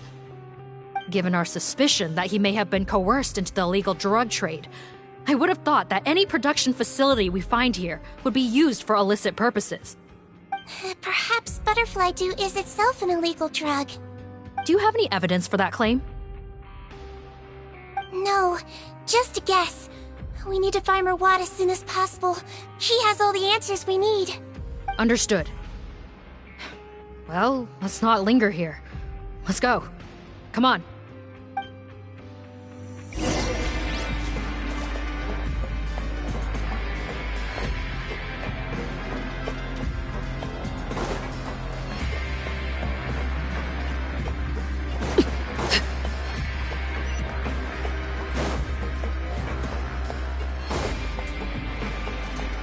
Doesn't look like we're gonna get this door open. Let's find another way around.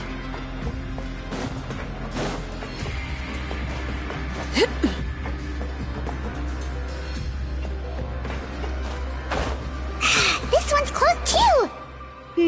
What's with those cards carts and tracks. Oh, maybe it's one of those doors that opens when it senses cargo passing through.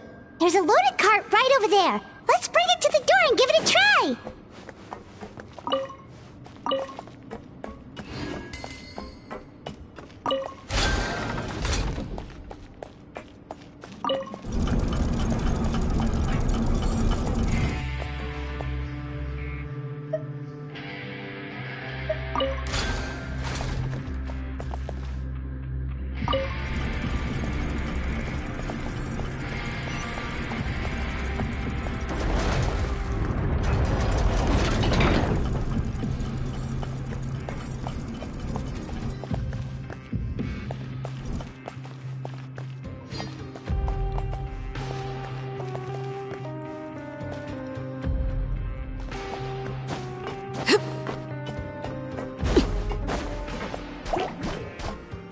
Transfix! Rain outlines your fate. Witness the power of good. I swear, it's for medical research. Don't slip and fall.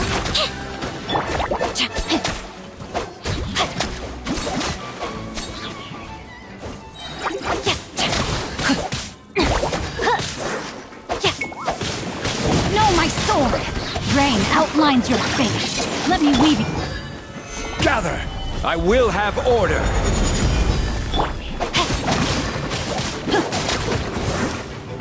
Body and mind.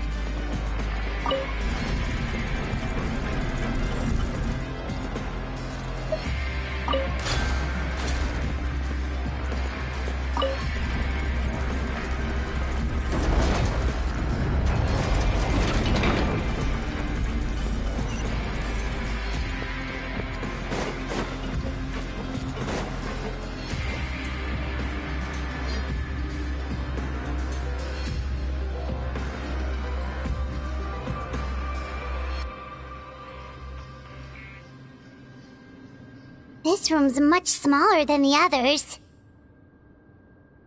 Judging by the implements on the table, this looks like a potion-making lab. Head nurse! Over here!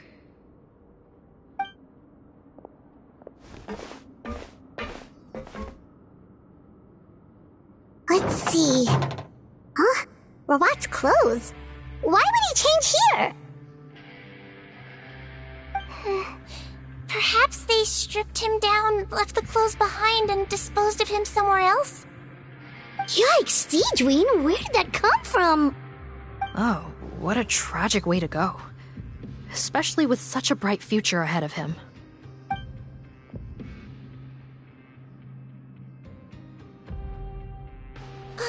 There's a path leading further on, Officer Morgan. Let's keep up the pace.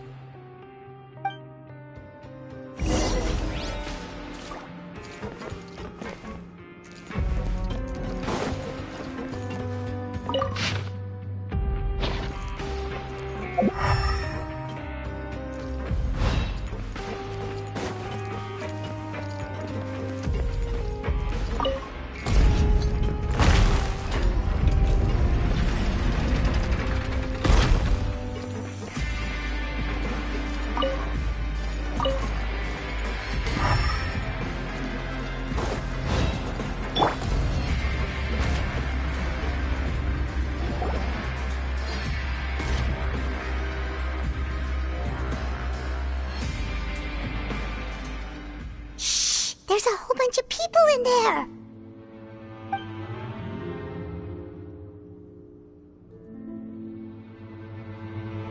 Are you serious?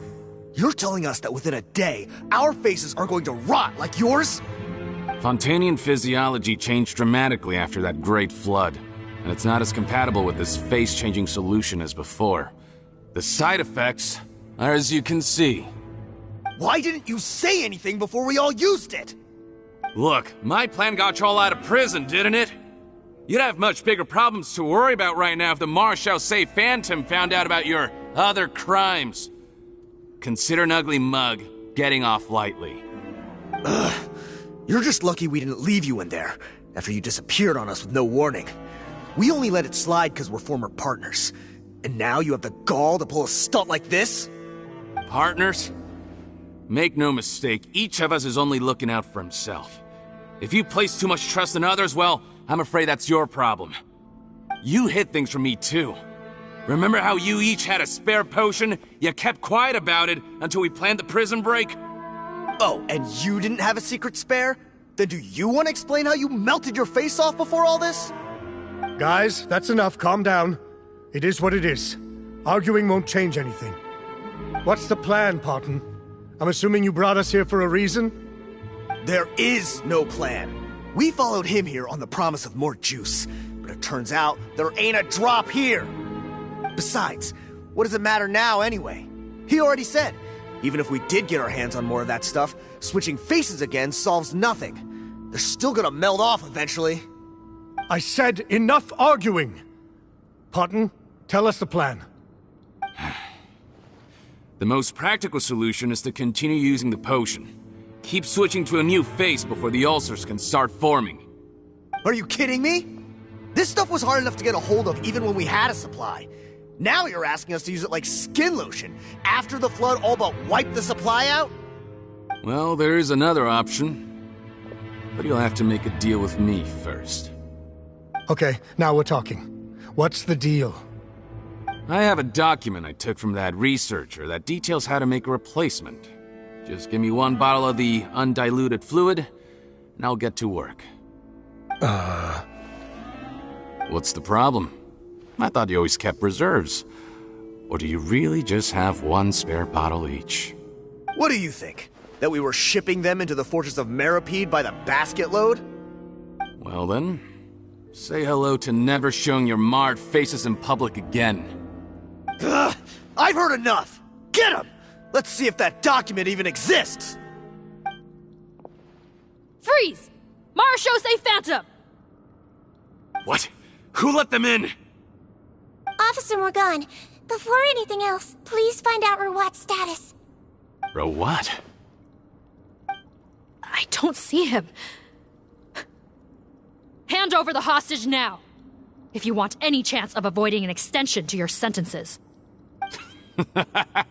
Spare us your condescending attempts to coax us back to our cells. You think we're looking to negotiate? Rawat is dead. Parton? Arrest them all! Don't let anyone get away!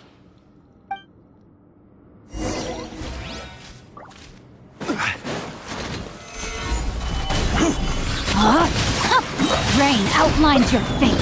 Witness the path. Everlasting as the moon!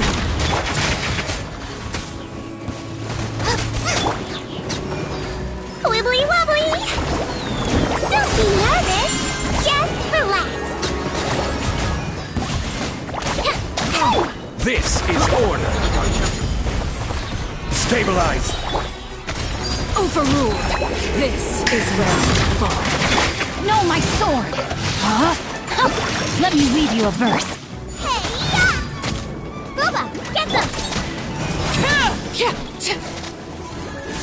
Laid bare. Let's blow bubbles! I swear, it's for medical research. That wasn't very nice. Solidify! I will have order! No, my sword! Rain outlines your fate.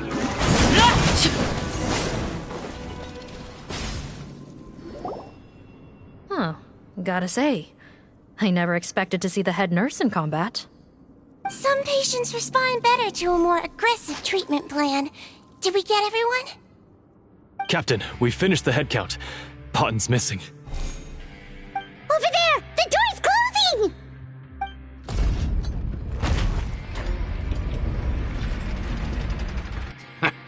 One group trying to arrest me, another trying to hunt me down. Good. I gotta kill two birds with one stone. How did he get up there? There must be a secret passage somewhere. Find it! Don't waste your energy. I already sealed it off.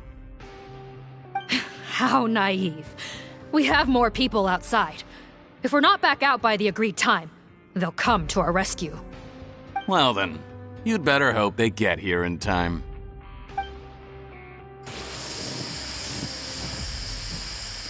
There's some kind of gas leaking from the pipes. Be careful, it's poisonous. This is our distribution center, where we store the product derived from our source solution. We had to use special fire prevention methods to prevent contamination. The pipe network here was designed to emit a gas for firefighting. One little modification later, and it makes an efficient death trap. Why would you do this? Your partners are here too. Oh, please. If they can't supply what I need, they're of no further use to me. Besides, I can't have them exposing my potential whereabouts. He's a maniac! Come on, we gotta find a way to open that door! Go ahead, struggle in vain. Once the last of you croaks, no one will ever find me again. So long! Are you sure you're ready to leave, Potten? You haven't changed your dressing today. You can't cure my face. Just give up. And what if I could? Nice try. You're just trying to stall me.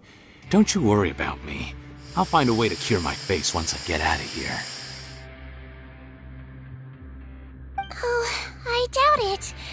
After all, Fontanians can no longer dissolve in primordial seawater. What the... How did you... The key component of the face-changing potion is the fluid left behind by dissolved Fontanians. It might look like ordinary water, but it has some unique elements in it. Before the flood, all Fontanians were oceanids, physiologically speaking. A potion made from that fluid could dissolve and reconstruct the face of a Fontanian in much the same way as hydroidolins change form. Theoretically, it could give someone any appearance they wished. But since the flood, Fontanians have become true humans. They can no longer provide the source material for this potion, nor reap its benefits. Are you saying this potion is made from Fontanians dissolved with primordial seawater? Then their crimes are far worse than I thought. How could you know all of this? No, wait. Of course! Well. So that's why you have a human appearance. It also means that I have a formula you're unaware of. The air's getting thicker. It's getting hard to breathe.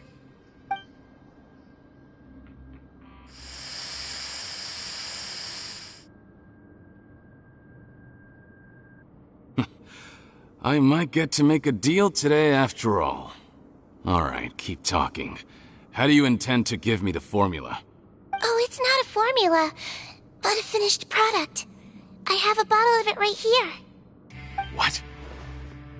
When I tried Rawat's skincare product, I noticed it had a certain special component in it.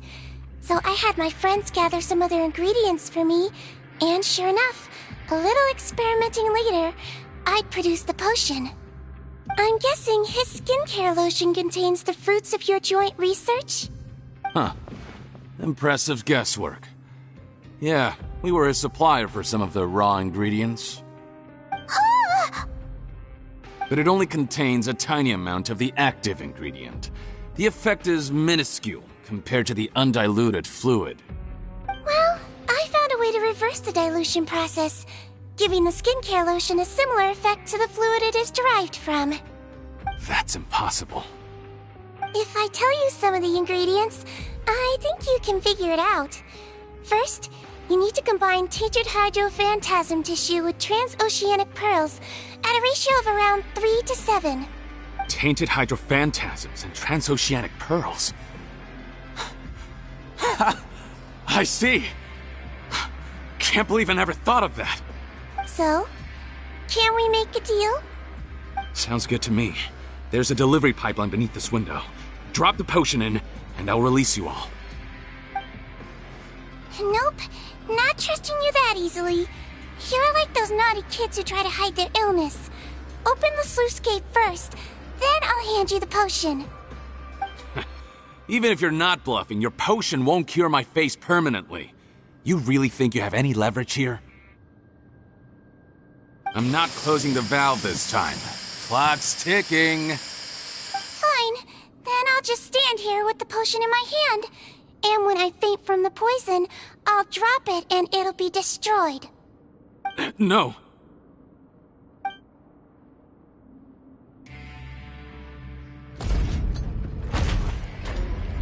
It's open!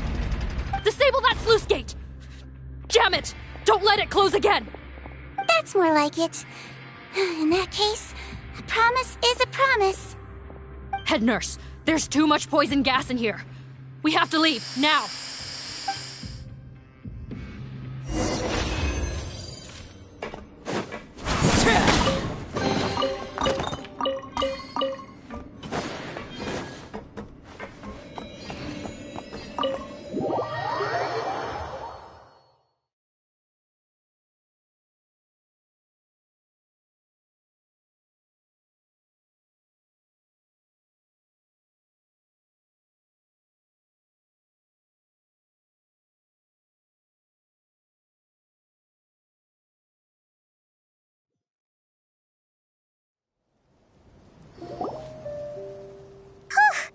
That was too close.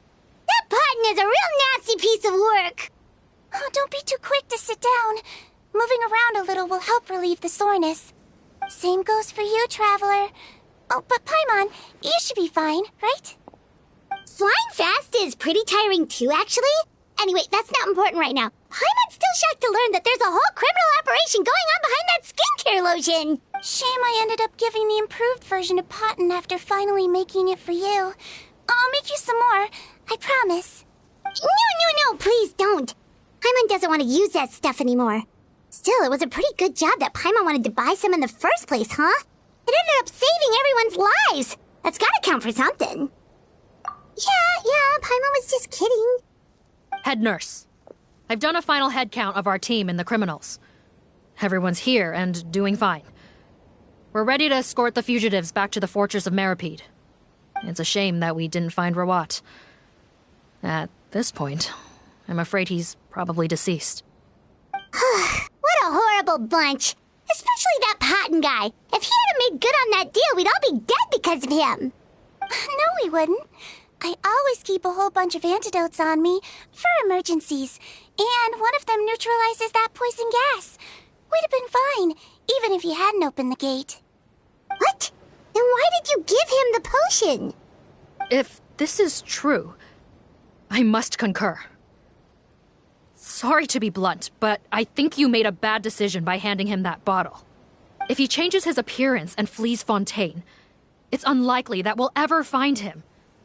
No matter how cooperative his accomplices are when we question them. No, you don't understand. I gave him the potion precisely so we could be sure where he'll go next. What do you mean?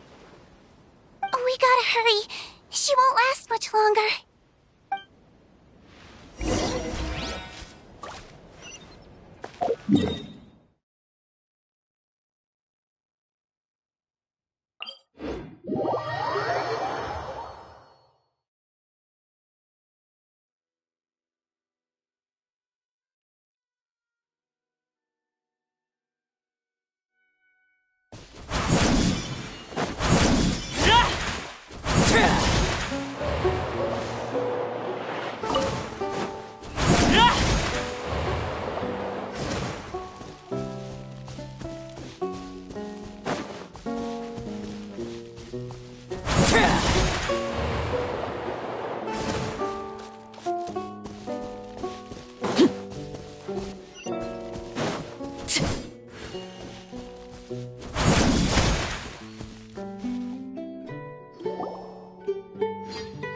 a muscle. I might be short, but I pack a mean punch. Captain? You're just in time. While I was lying in wait, I spotted this crook snooping around, trying to find a way in. So I detained him. Oh, his face. Are you... Potton? So this is where you were heading, huh? What? This is how Potton looked before his face was marred. His current appearance matches the mugshot on his arrest warrant. I see. Wait, so what's going on? Wasn't the whole point of the potion to disguise himself and escape Fontaine? Why would he change back to his original face and run right into our trap? Enough of this nonsense. Let me in! You better pipe down. There's an old lady in there who's very sick. No way are we letting a crook like you inside. To heck with it. Listen to me. I'm Rawat. That's my mother in there. He's gotta be lying, right? Rawat was a victim in all this. He was forced into it against his will. How can he and this monster be the same person?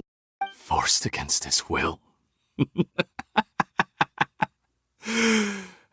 That's the funniest thing I've heard all day. Heck, when I was being coerced, everyone thought I was colluding of my own free will. And then when I actually became a criminal in my own right, you all suddenly thought I must be under duress. Amazing what a difference a handsome face makes. Save us the speech. Explain yourself. You want an explanation? Fine. I'll tell it how it is. When I was just Potton, the whole world treated me with contempt. Ew. What do you want? Get away from me. Women despise me. Collaborate? You don't look like much of a researcher to me. My peers scorned me. Mr. Potton, was it? I'm most interested in your research. Consider my offer carefully. I doubt you'll find other investment opportunities. Only villains would work with me. You want out of the game? Forget about it. Turns out, I slipped up a little. Left your picture with some Marechaussee Phantom officers. Easy mistake to make. Now they've listed you as an accomplice and drawn up an arrest warrant. So I suggest you put any thoughts of running away to rest. If you get caught by the guards for being in the synth business, you ain't ever seeing the light of day again.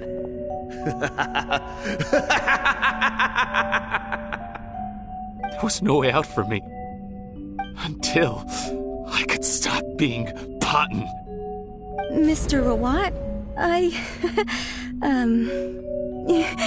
have something I'd like to tell you. I became popular with women. This new potion you developed is fascinating. Genius, in fact. Would you consider working with me? I'd be happy to sign a licensing agreement. My peers looked up to me. Okay, I'm very interested in your research, sir. You must no doubt have offers from countless investors. So far be it for me to ask for a full collaboration, per se. I merely wanted to express my interest. No pressure at all, naturally. And the villains even began to fear me.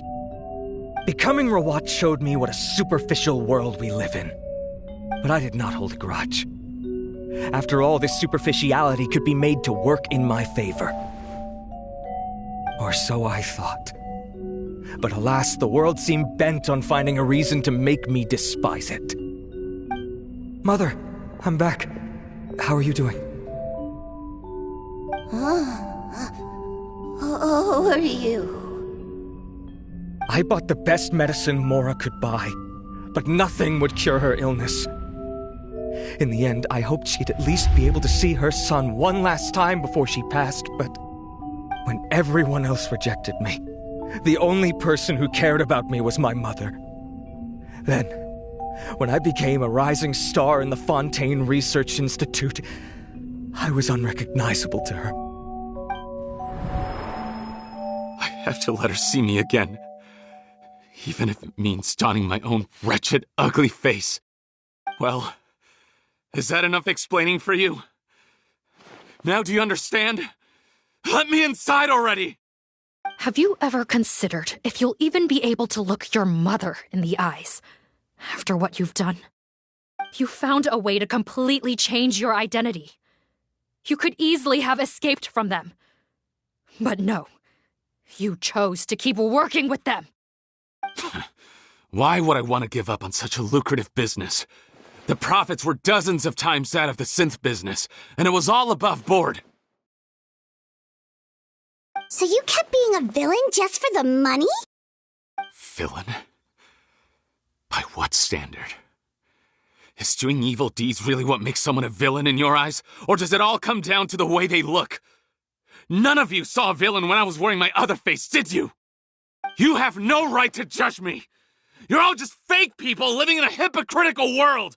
I regret nothing! My mother would understand! You're a villain to the core! But especially that tongue! Honestly, I don't see a villain when I look at your current face either. Don't humor me.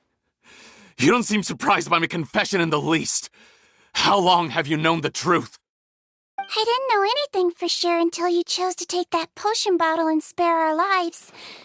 But if you're asking when I started suspecting you, it was the first time you came to see me at the infirmary.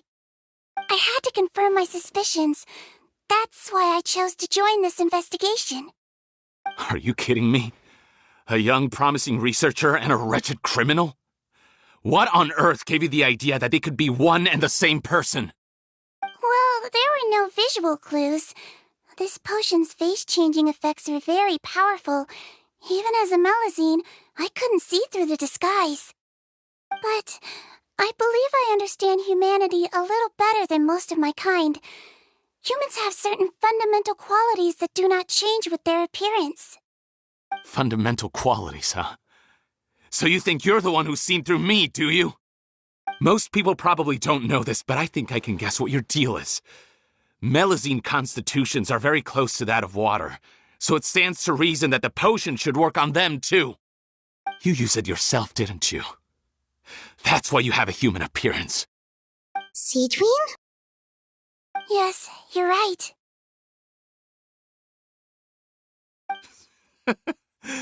I'll bet it was back in the days when Melusines were discriminated against because of their appearance. It was either carry on living in the gutters as part of an alien race cast out by humanity, or become the head nurse of the fortress of Meropide, revered by all. Not a hard choice to make. It's a no-brainer. So you see, you and I were the same. And I'm the one who saw through you! That's not important right now. You came here to see your mother, didn't you? Well, I can grant you your wish. Huh? Head nurse, I'm not sure that's a good idea in his current state. Don't worry. Back in the warehouse when I traded the potion for our lives, I was doing it to test him. He was willing to risk sacrificing his only chance of escaping capture by opening the gate in exchange for the potion. Also, he could see his mother again. If nothing else, his concern for his mother is genuine. I see. So before you arrest him, please allow him to see his mother one last time. The Traveler and I will accompany him. You have nothing to worry about. All right. I understand.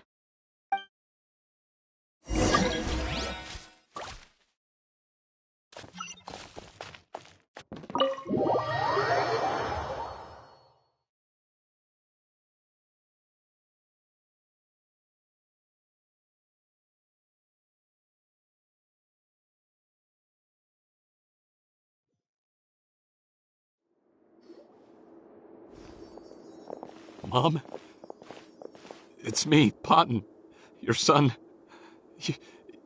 You recognize me now, don't you?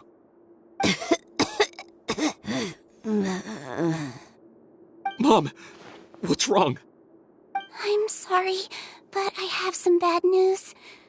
I examined your mother last time we were here, and it appears that due to her prolonged fever, she's lost her eyesight.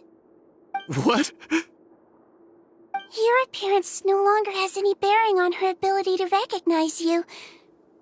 But there are always other ways to remind our loved ones who we are. Wouldn't you say? No, it can't be. Please, Mom, open your eyes. It's me, your son, Potton. If you really can't see my face, then here, take my hand. Tell me you feel your son's hand. I've done so much to get to this point. Please, you have to recognize me. No. The temperature of his palm must have changed. I'm sorry. It seems I couldn't bring him back to you after all.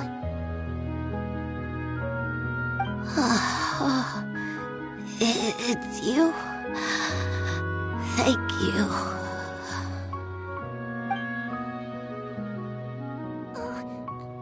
Of course. Mom, why will you answer her and not me? Why? No more questions, Potton. She's gone. Mom?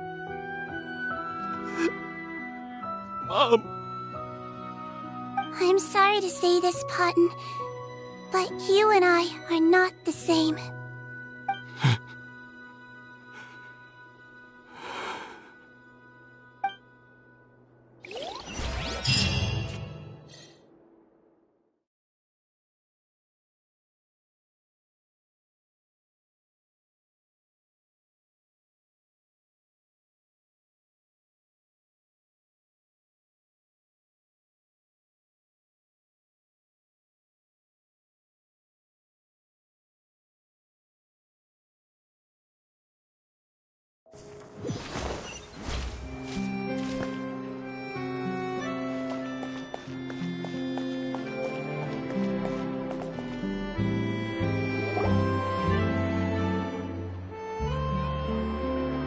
The wait is over, everyone!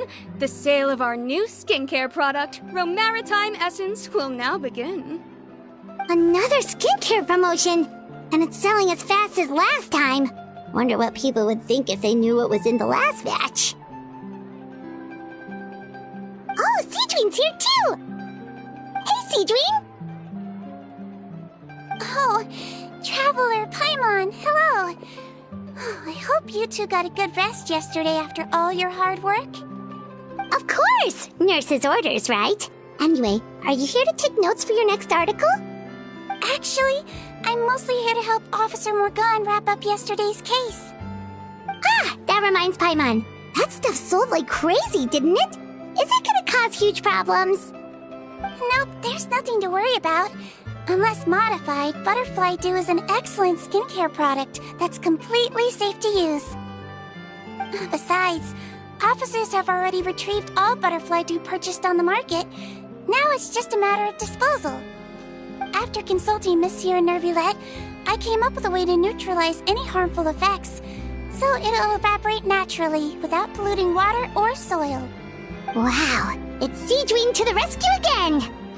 Thank you for serving as our consultant, head nurse. All the butterfly dew we recovered has been disposed of, according to your instructions. Great! Good job, everyone! Also, you mentioned you wanted a copy of Rawat's interrogation records. Well, technically, Potton's records. Anyway, I have them with me. Here. After he saw his mother for the last time, it was like all his mental defenses came crashing down. He put up no resistance during the interrogation, and answered all our questions. We learned a lot. Apparently, the formula was something he discovered by chance, while helping the criminal gang produce synth. Later, he came up with the idea to dilute it, and use the resulting substance as a skincare product. Their supplier was Vache. But you could also argue that they were the ones doing him a favor. His operation helped Vache's gang dispose of an enormous amount of evidence. It made for a seamless collaboration. One man's trash was another man's treasure, and there were no loose ends. It's no wonder we never noticed what Potten's gang was up to. Vache again, huh? Is there still no end to the harm he caused? Make no mistake. The crimes of Vache and his accomplices will come to an end. It's only a matter of time. Since the flood cut off their supply of primordial seawater, they've been forced to resort to riskier methods, like using their private reserve to attack people on the street. Naturally, those attempts all ended in failure. After receiving numerous reports, we were able to zero in on the gang and eventually round them up. That sounds more like it! Based on what he told us in his confession, we pretty much had him backed into a corner, even though he made a point of distancing himself from the gang while disguised as Rawat. He tried to throw us off his tail by reporting his accomplices, giving him enough time to transform back into Potten and see his mother one last time. But there was one thing he hadn't anticipated. Even though Potten had been missing for a long time, we were very much still on the lookout for him. So the moment he appeared in public after changing back to his original appearance, we caught him. So he tried this once before, huh? Guess he really did want his mother to see him again. But in the end... Looking at the interrogation records, it seems like he spent the first sum of money he earned as Rawat on his mother's treatment. Yes, which is why I suspect that his initial motive for using the potion was not personal greed, but a desire to become somebody who had the power to save her. Even so, he went too far. In the end, he got what he deserved. I understand. Thank you for bringing me these records. Why did you want them anyway? Potten was one of my patients, so I need to put together a medical file for him. My teacher always stressed that a person's life experiences are just as important to their file as their medical history. Why are you still treating him like your patient? Isn't he kind of beyond redemption now? That may be true, but a patient is a patient, regardless of the choices that bring them to my care. One last thing, head nurse. Please keep everything you know about this potion a secret. It would be for the best if most of Fontaine knows nothing of its existence. I know my fellow officers and I will be able to sleep easier if that's the case. Of course. Not to worry. Thank you for understanding. I'll take my leave then. So, Sigewinne, did you really use that potion yourself? Why do you sound so surprised, Paimon? I told you all about it. It was quite a while ago now. You mean that story about the witch and the potion? So it was really, actually, genuinely a true story? Yes, it really, actually, genuinely was. But... I know. There are some secrets I can't tell anyone about. But considering everything we've been through together, I know I can trust you with them. Before I tell you, though, could you follow me somewhere? I want to pay my respects to an old friend. Of course!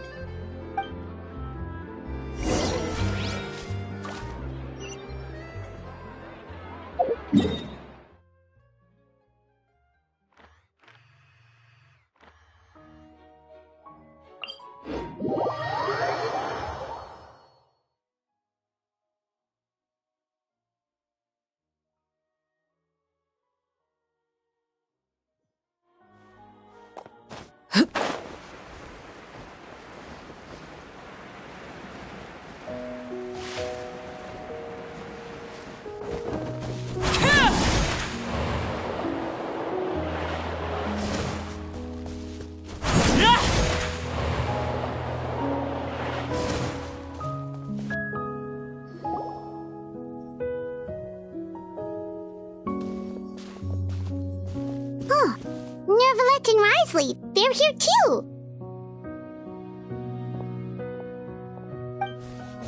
Good to see you, Traveler. Paimon. I trust all has been going well for you? Big news, everyone. The Udex is out of his office on important business. Is that genuinely something people would consider big news? Why wouldn't they? Important business is a big deal. Ah, yes, you're quite right. When someone you care about requires emotional support, being there for them at the right time and place is of the utmost importance. After reading the Maréchal Phantom's reports, I had a feeling a trip here might be in order.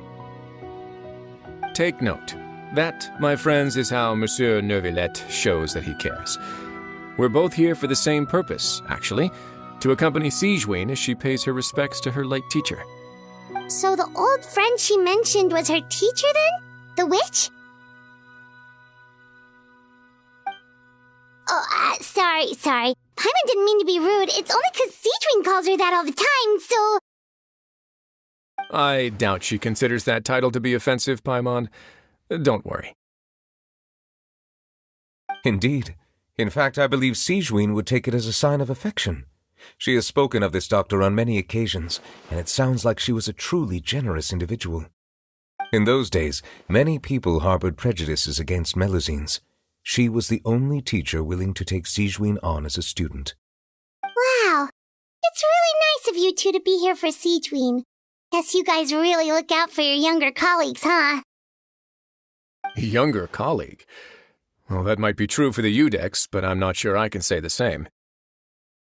Sigewinne served a sentence in the fortress of Meripede hundreds of years ago, and after she did her time, she decided to stick around. She's been an integral part of our administration ever since.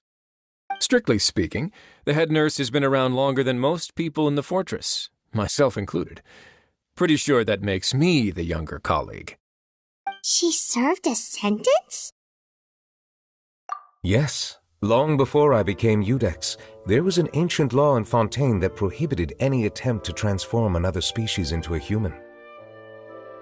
Initially, I and most researchers believed this law to have been imposed due to ethical concerns. But now, it seems more likely that the law was nothing more than an insurance policy, a way for Egeria to ensure that her people would remain insulated from the truth, thus enabling them to lead more straightforward, happier lives. Ignorance is bliss, as they say. Sigewinne had her reasons for choosing to obtain a human form, but the act was nonetheless in clear violation of the law. Could you tell us a little bit more about what happened back then? Certainly.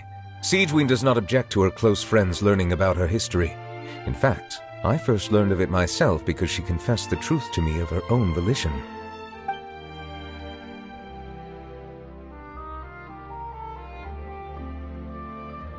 Even with their daughter so ill, they kicked you out?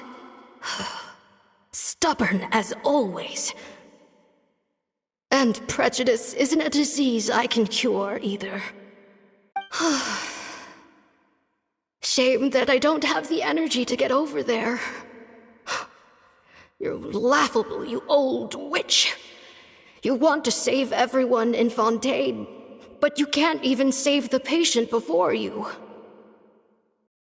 Master, what are you... I discovered a strange disease, one I suspect that every Fontainian suffers from. But without witnesses or proof, no one will believe me.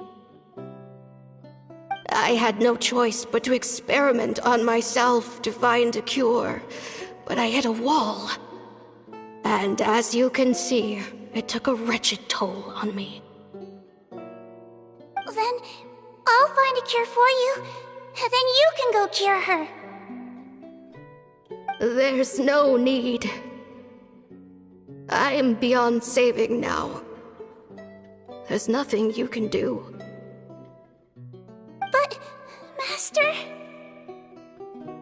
As I said before, a doctor's duty is to treat whatever ailments they can. I know, but they don't trust me at all.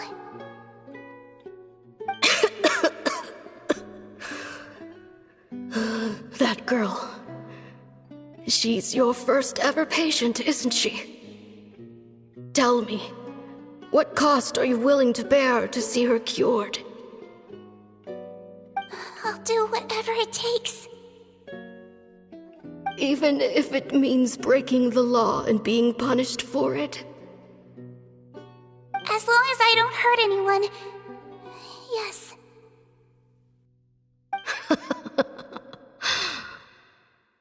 Spoken like a true student of mine. Then I shall make one more final gamble. And see my experiment through to its end. Leave me for now, and come back in 2 hours.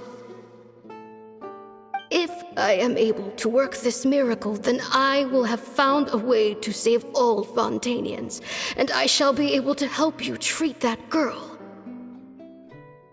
If not, then it means there is one more disease in this world that I cannot treat.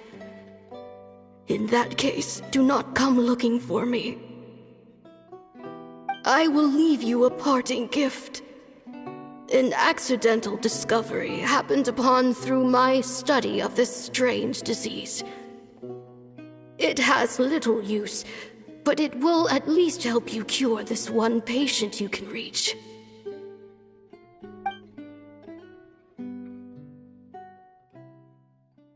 When Sigewinne returned, the miracle had not occurred.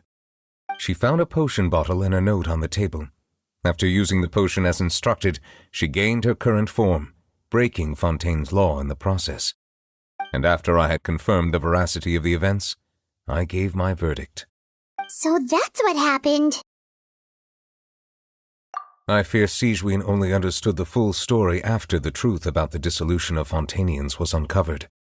When I reflected on all this with that knowledge in hand, I felt a deep sense of regret.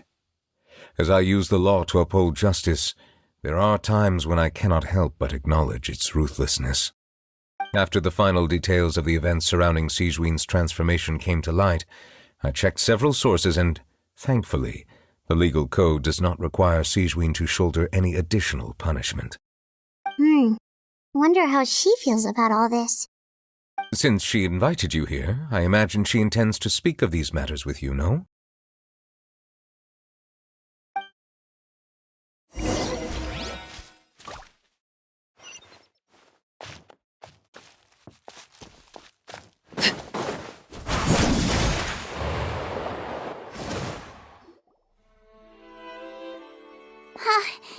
You're here. The old friend I mentioned was my teacher. When she passed, her body was nowhere to be found. All that's left of her is an empty tomb. And even that's deep underwater now. Sigewinne, the witch who gave you the magic potion, she was your teacher, wasn't she? Sounds like Monsieur Neuvillette filled you in.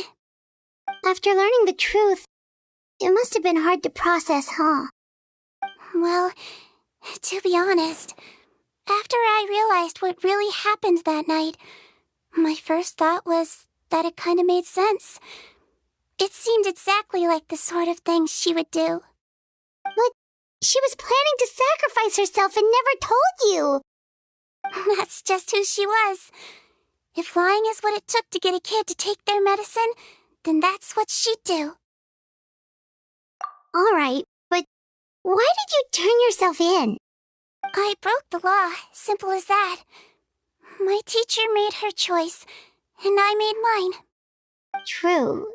It's just, the way Patton framed it when he was asking you all those questions, it made Paimon really mad. You're not like him at all, and everything Neuvillette said confirms that. And yet, you were still convicted and thrown in prison. It just feels so unfair. Unfair? I happen to think just the opposite. If I hadn't served that time, I'm not sure I would have been able to stay strong when he was questioning me. What makes you say that? I knew you'd be curious. Let me tell you a story. The verdict came down. This Melusine is guilty. The Iudex defended the authority of Fontaine law, but he did not confiscate the Melusine's medical kit. And so, the Fortress of Meripede gained a new little doctor. She still wore her hood and raincoat, even though it never rained in the fortress. Perhaps thanks to her human appearance, no one refused her treatment. She treated more and more patients, and her sentence grew ever shorter. Finally, the people of the fortress could not live without her, and though her sentence ended, she did not leave them either. Then one day, she received an invitation from the outside world. The location seemed familiar, and when she arrived, an old lady was waiting for her. She saw right through the Melizine's disguise, but didn't reveal it. Instead, she asked a question. Tell me, why do you think you gained the respect of so many people, despite being a Melazine? Because I look like a human? It's been 50 years, Sigewinne, and you haven't aged a day. I think everyone knows you are not human. I finally found you, after all these years. I still remember, you know. It was you who saved me that night. But how? I was no longer a Melazine by then. Does it really matter if you're human or Melazine? I remember the warmth of your palm. It's quite unmistakable. And you know what? It hasn't changed one bit. You don't have to hide anymore, Sigewinne. These days, everyone wants to make friends with Melazines. And I think that it's all because of you. I'm sorry I couldn't say this until now, but thank you, Dr. Melazine. Now that's an ending Paimon can get behind. After hearing everything Paten said, I wanted to tell him that it didn't matter who he looked like on the outside. But it was too late. The warmth in his palm had already disappeared. I tried to treat him, but the roots of his problem had nothing to do with his face.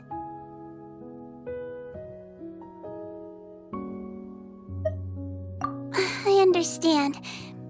Thanks, you two.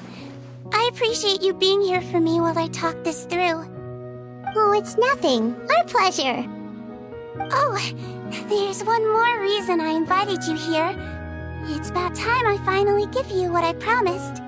In order to restore the appearances of the face-swapping victims, the Marashose Phantom gave me special permission to make a few bottles of that potion. And I made one extra just for you two. We don't need it though. Shouldn't we destroy it? Well, even if you chose to destroy it, I still thought I should give it to you first. You two did so much for me. How could I break my promise?